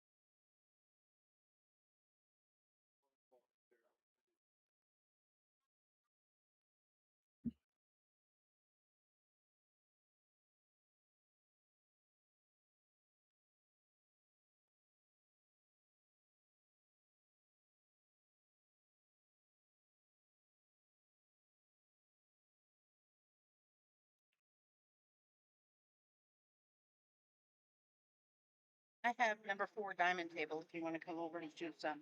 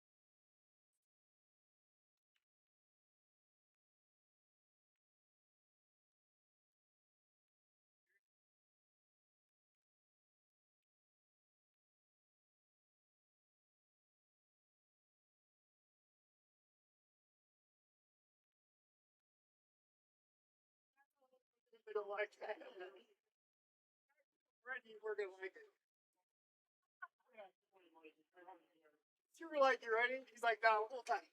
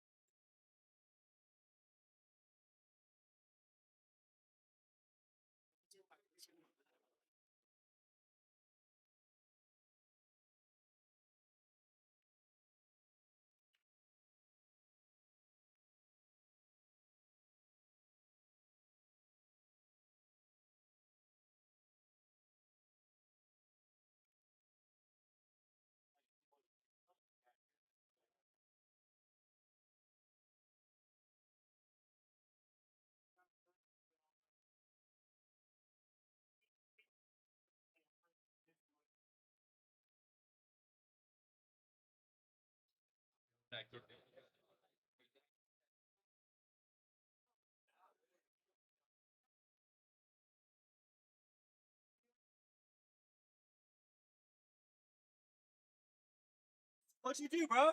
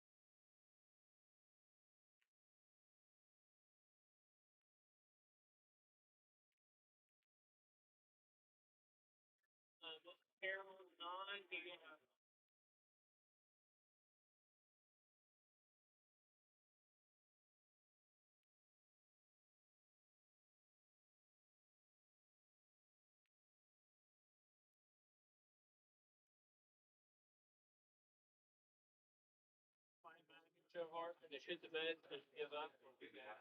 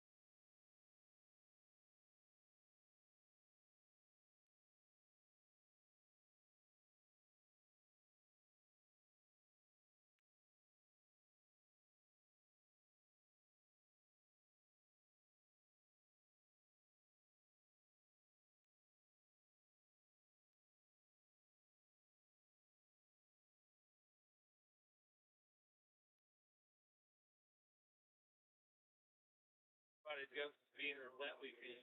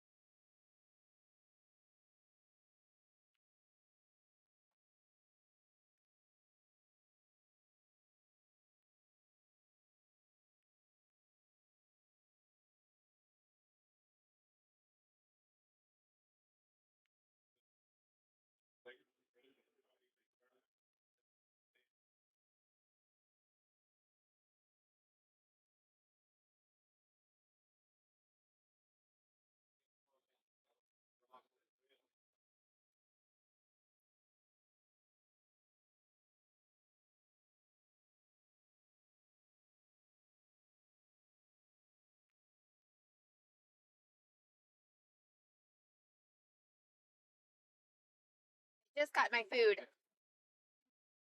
I had just got my food when you came over. What you have? Mozzarella sticks. I've got some left, you know. I always do. Yeah. Yeah, I went and bought a sweatshirt at a thrift store too because I was gonna be prepared. I was so cold last night. So that really did help. Like those long pants on really did help. Yeah.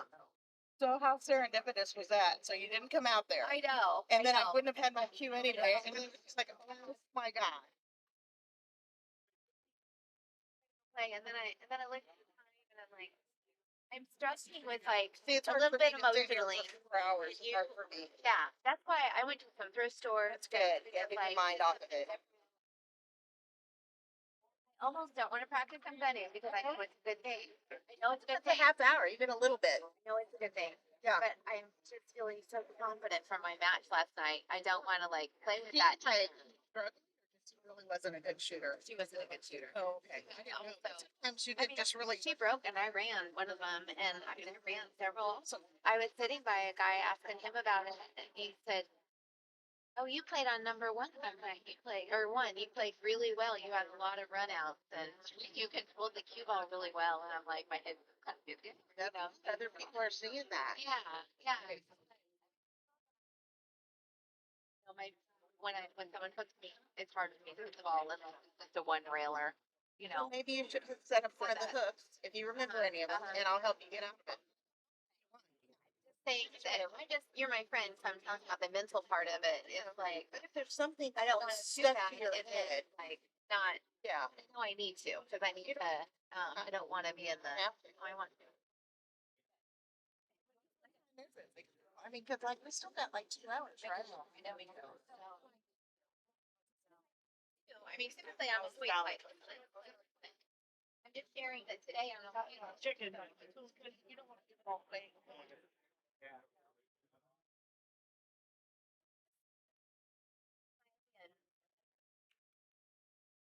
Analyze things too much. Like, you know.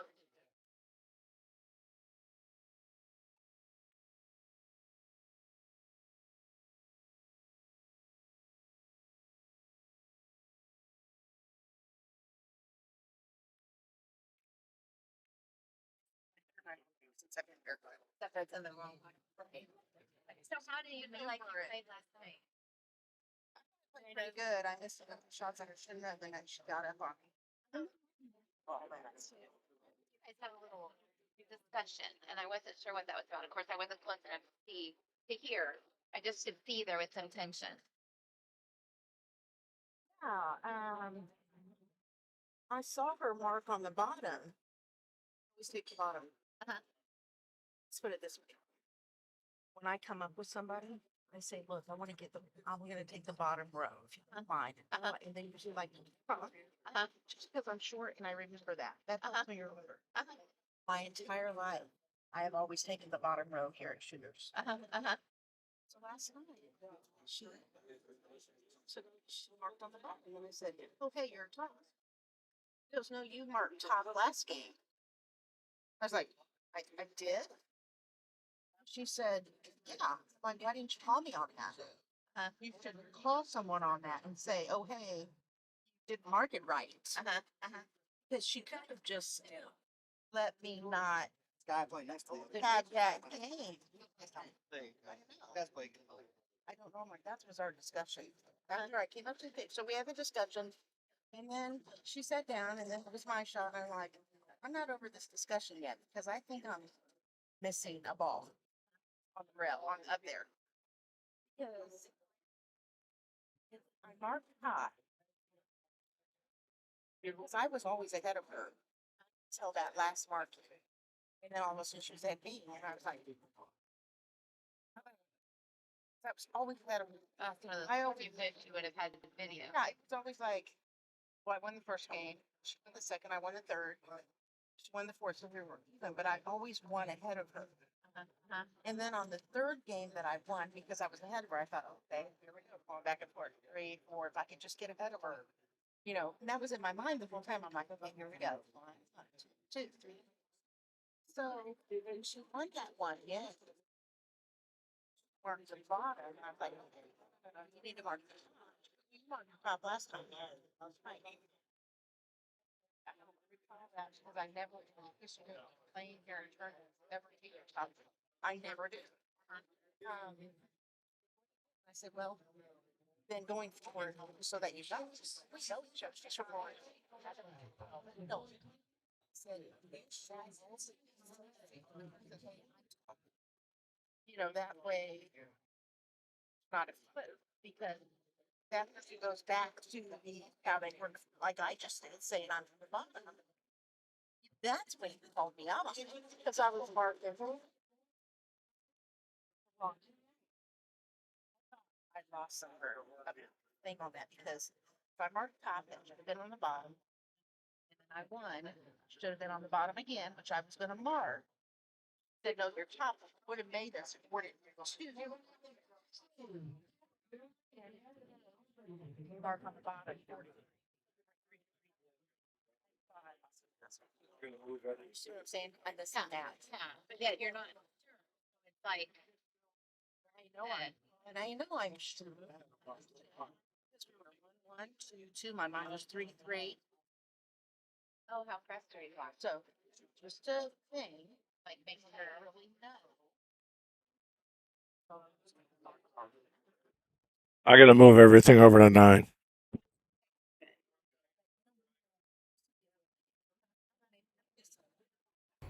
All right, here's a really nice splice hybrid. There's a lot of color, a lot of epoxy in this. You gotta rotate this. A couple red impregnated burl cocobolo. That's what that is. In between the rings and the segments. 1,700.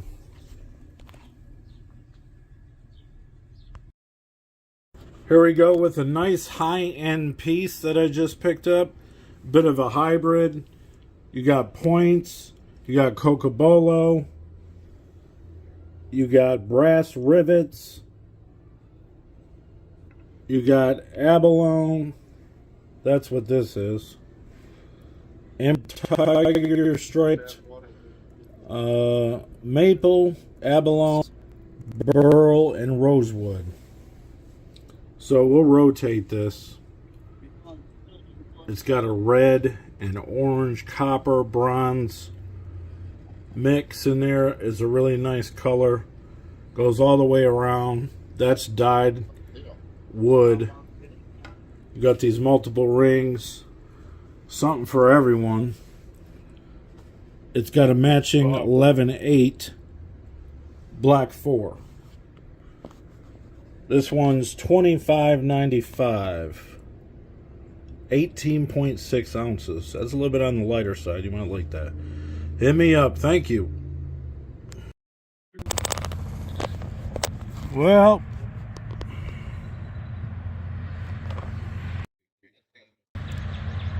it's not exactly sunny today, but I'm going to take some more photos of cues. Here you go. A really simple white holly, rosewood, turquoise with gold webbing. Somebody's going to really love this cue. It's actually quite affordable. It's $15.95. It's cue number 11107.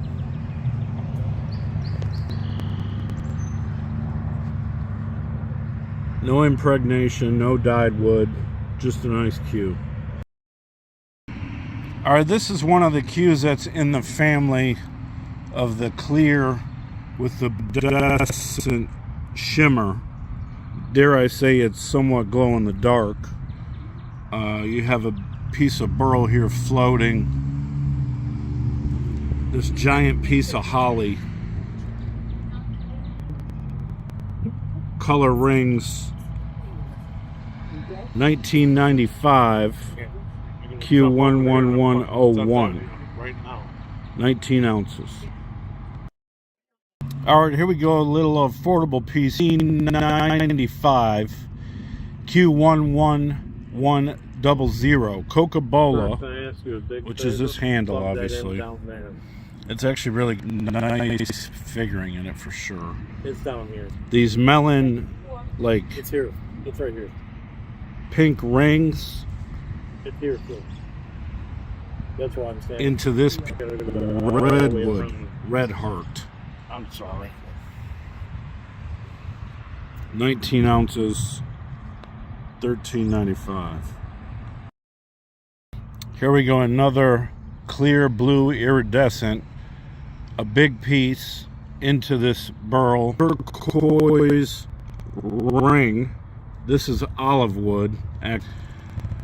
This is ebony. This is a really dark, you can see it's got some color in it, but ebony's not totally solid black. 1995, Q number 11104. 18.8 ounces. Another nice value, Q number 11131. $13.95, 18.8 ounces. Nice piece of cocobolo. It has this I mean, I don't even know how to describe it. It's kind of like azurite, but without the green in it. It doesn't have a name of what they call this material, but you still have this cocobolo, all this rings in the wood. That's awesome. Even for something really simple, the wood is beautiful. And then it goes into a piece of bird's eye maple. So yeah, this is on the value side. Pick it up for $13.95. Does have a ring here, and here. All right, there's a couple of these cues that are green in theme. A lot of people are drawn to them. This one is $21.95. It's cue number 11123, 18.8 ounces. So as per usual, we'll get it rotated. Obviously this is a dyed piece of burl. You got this Arizona jade ring right here as well. And this is Bacote. This whole section. Nice waves in this piece of wood. $21.95, 101. All right, we still got some sunlight here. This is mislabeled. This is not blue lapis, obviously. I think I remember wanting to redo this sticker, but things get so crazy. This is ebony, though. These are ebony segments. This whole piece is ebony. It's got some figuring and colors in it, obviously. And then you have this whole dyed center segment with some dark color. Trying to make sure this is focused on this. And this whole piece right here. This is actually almost sold a couple times, but I still have it. It's $21.95, cue number 10956. A lot of people like Purple Heart. I really like it. That's why I submitted some to make some pieces with. You got Purple Heart segments into these two segments of epoxy and dyed wood. You got gold turquoise webbing, giant piece of Purple Heart. I'm gonna roll this so you can see the blue. It's kind of a darker blue with some like lighter white swirly pieces. $19.95, 18.8 ounces, cue number 11112. This almost sold the other week at a show. All right, this one along with the yellow one came out the same time, and it has been the darling of most of the Q cases. 10951A. This is black palm in these segments, but this is the webbing, gold matrix. This entire section here is what makes the Q so special. I got to make sure I get the right lighting, because you can see the depth of the pieces. Obviously this is a silver gray epoxy. There's some sparkle in here. There's some coloring of like a light purplish, one of a kind piece for sure. Definitely on the creative artistic side. $19.95. This almost got sold in a raffle, but somebody picked another one. But come see him in person if I'm doing a show, just to appreciate the uniqueness of these pieces. Custom blank by Mike Cease. All right, we got Holly, a buffalo turquoise type in the rings, two mid segments. It's dyed impregnated wood. mixed in with the epoxy pour with a blue-white swirl. Big pieces of holly.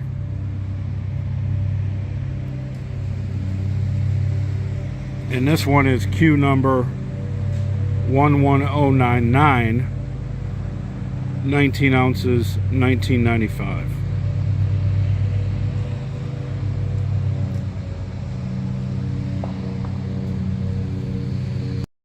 All right, we're burning daylight here. Q number 11109. Again, the family of clear with the blue iridescent sheen. There were several Qs that got made out of this family. Coca-Cola rings, lots of wood, minimal amount of epoxy, but this is really cool how you can see this on the edge, and then you have bird's eye maple in this piece. $17.95, and it's 19 ounces. Had to let it focus. I just take these with my phone. Maybe you hear me, maybe you don't. Sometimes they get a little blurry.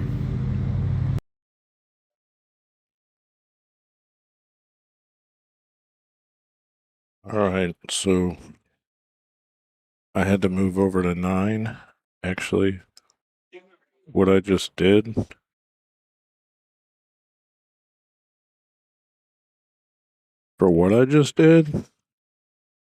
did it pretty quick.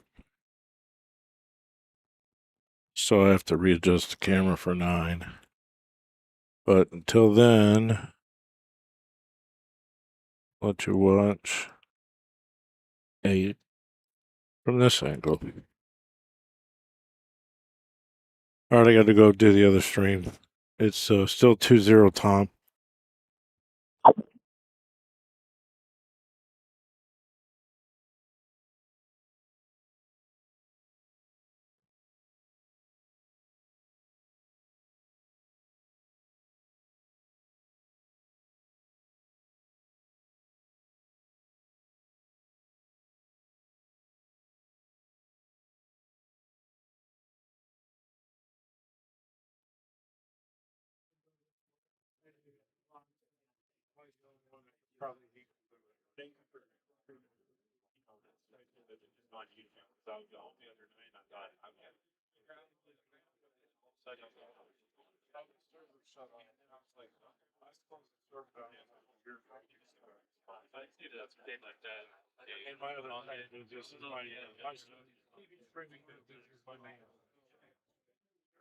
Thank you. Yeah,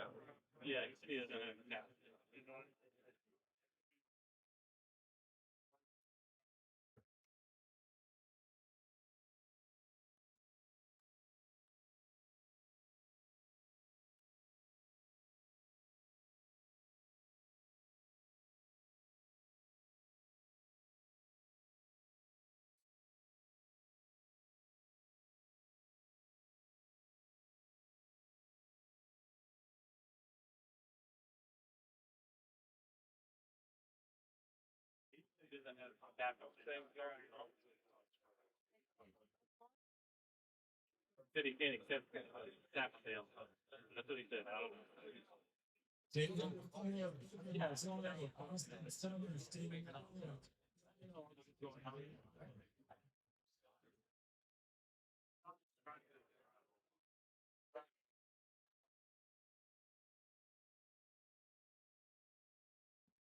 I had no clue what was going on right with it.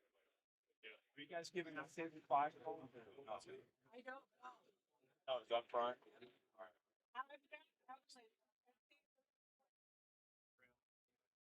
Thank you.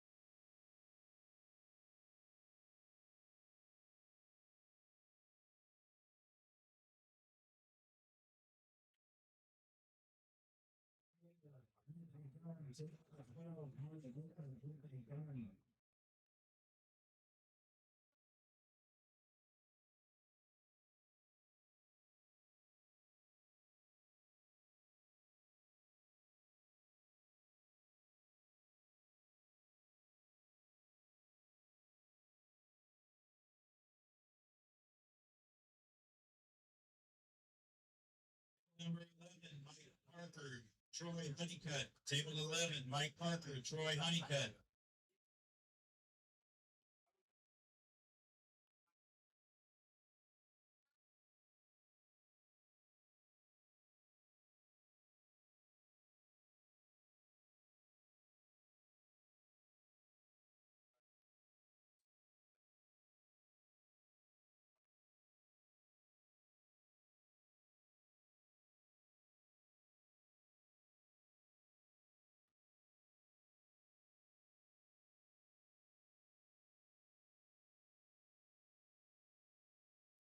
Want a can or a Diet Pepsi? Okay. Do you want a can of Diet Coke or do you want a Diet Pepsi?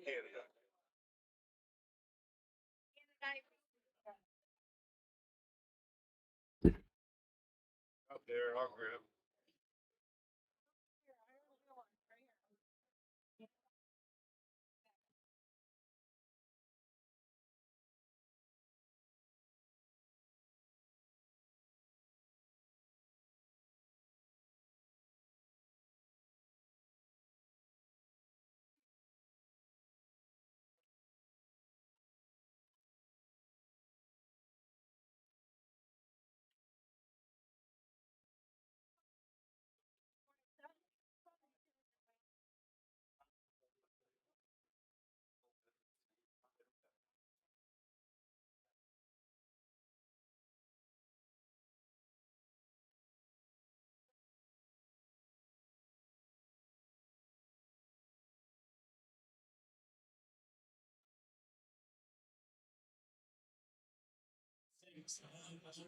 Brian Larson, table 6, Dave Roberts, Brian Larson.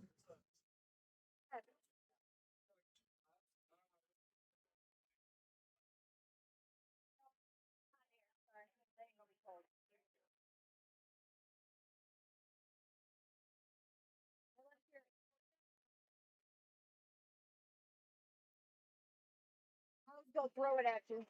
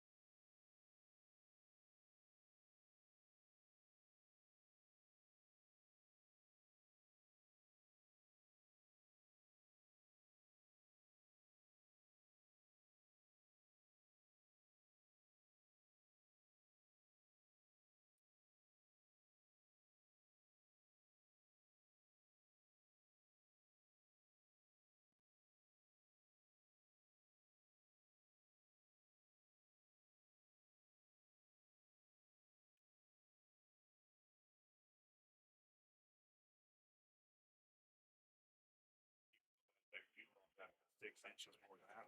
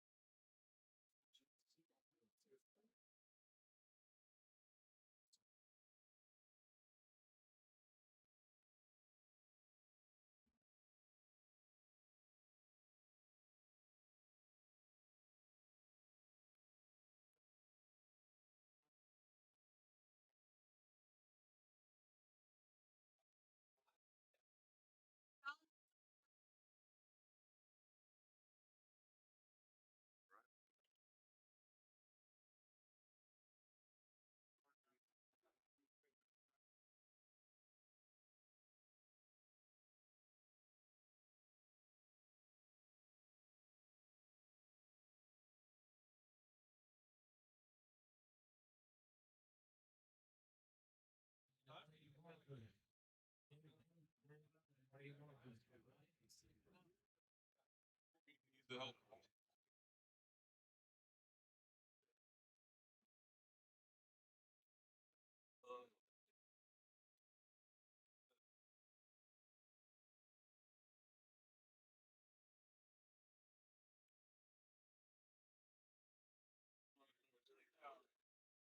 Set my alarm there. My alarm went off. All right. Fucking next thing I know, I see my phone. It's 2:30. Called an Uber. Came up here. I didn't do it on purpose. Fuck, I've been hiring you for 40 hours. Man, fucking condition for this shit. About $5 worth of a good thing.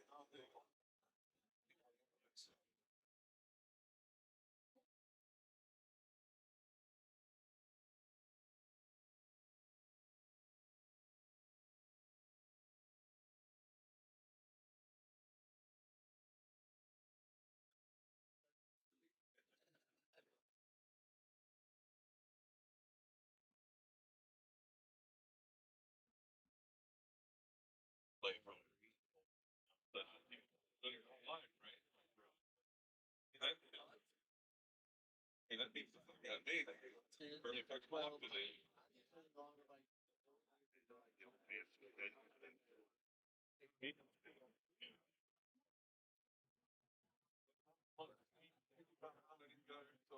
Something was more than the night before.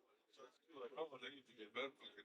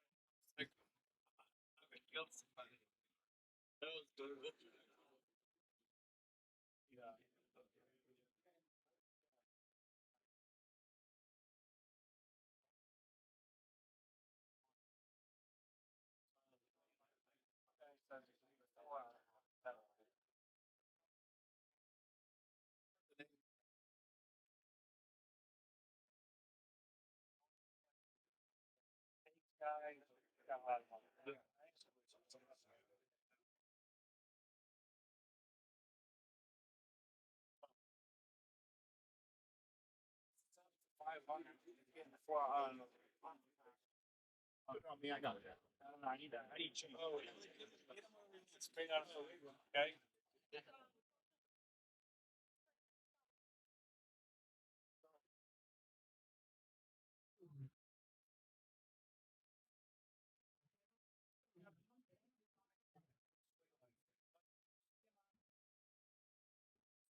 Safe fun.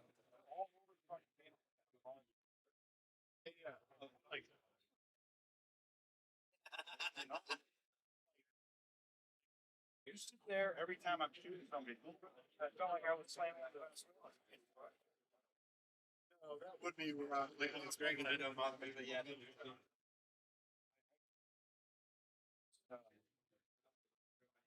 Yeah, I go. I'm done.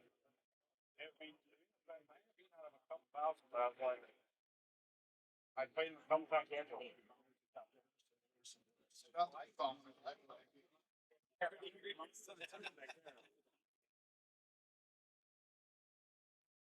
It's still pretty fertile.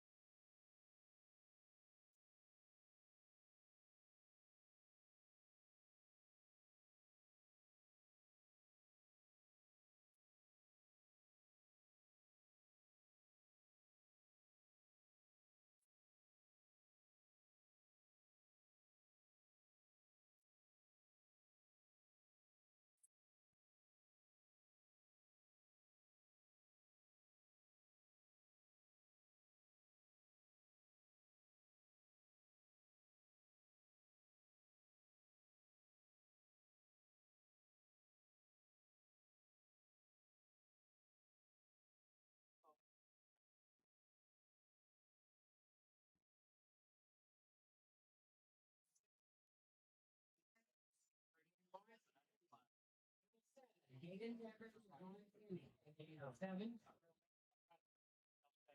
I know I got to nine.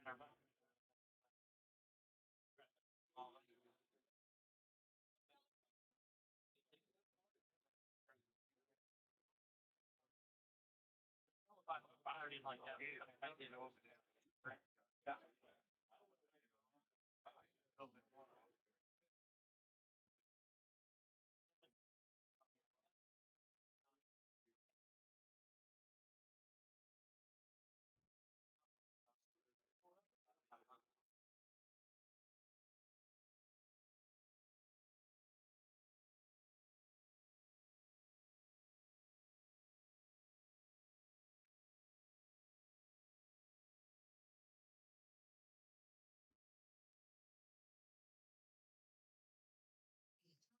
Tusky and Mike Hay.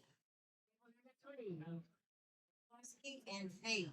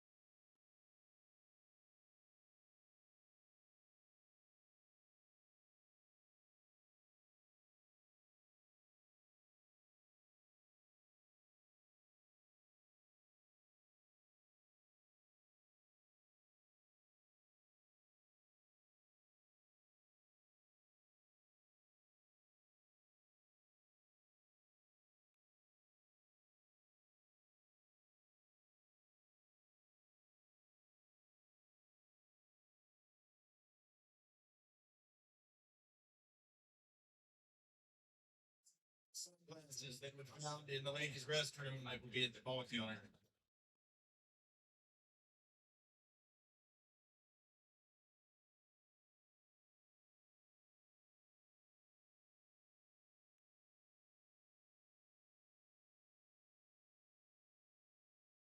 Ladies, elimination bracket match, table number 10.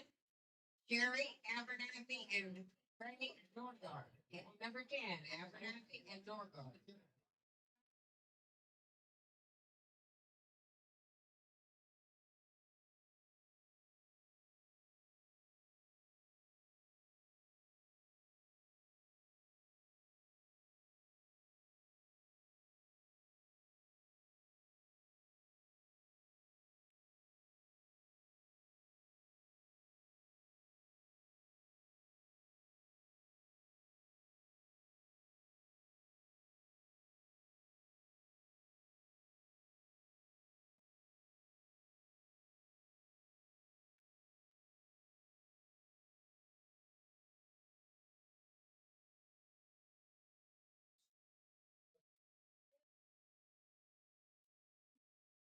Jerry, Judah.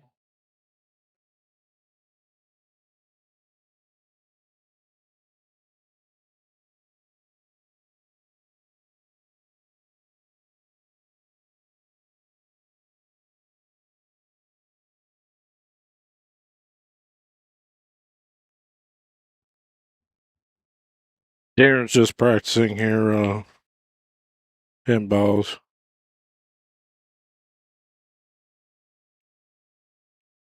So Alex is playing Joe Prince on the other channel. Come check it out. I'm gonna kill this stream for now. We'll get back to One Pocket. It's on hold right now because players are playing. Go check the Alex and Joe Prince game out. Thanks.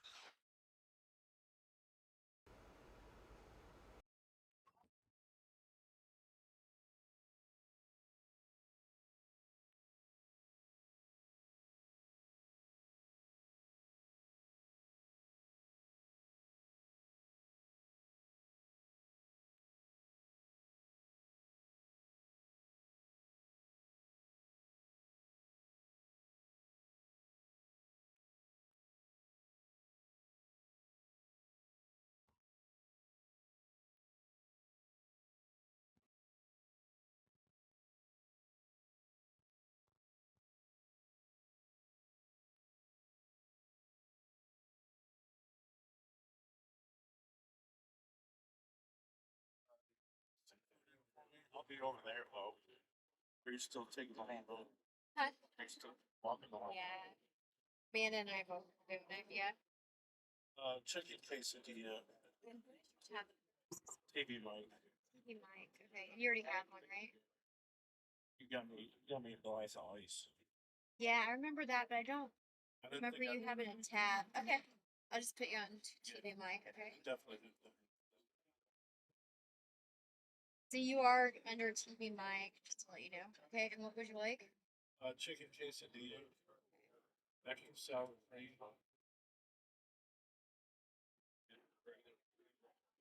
Gave me salsa and sour cream. I needed more something. Extra sour. Yeah.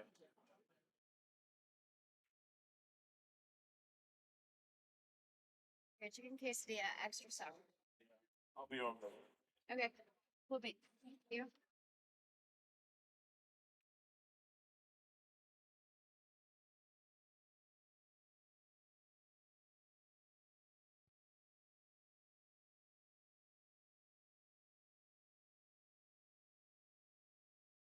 Right.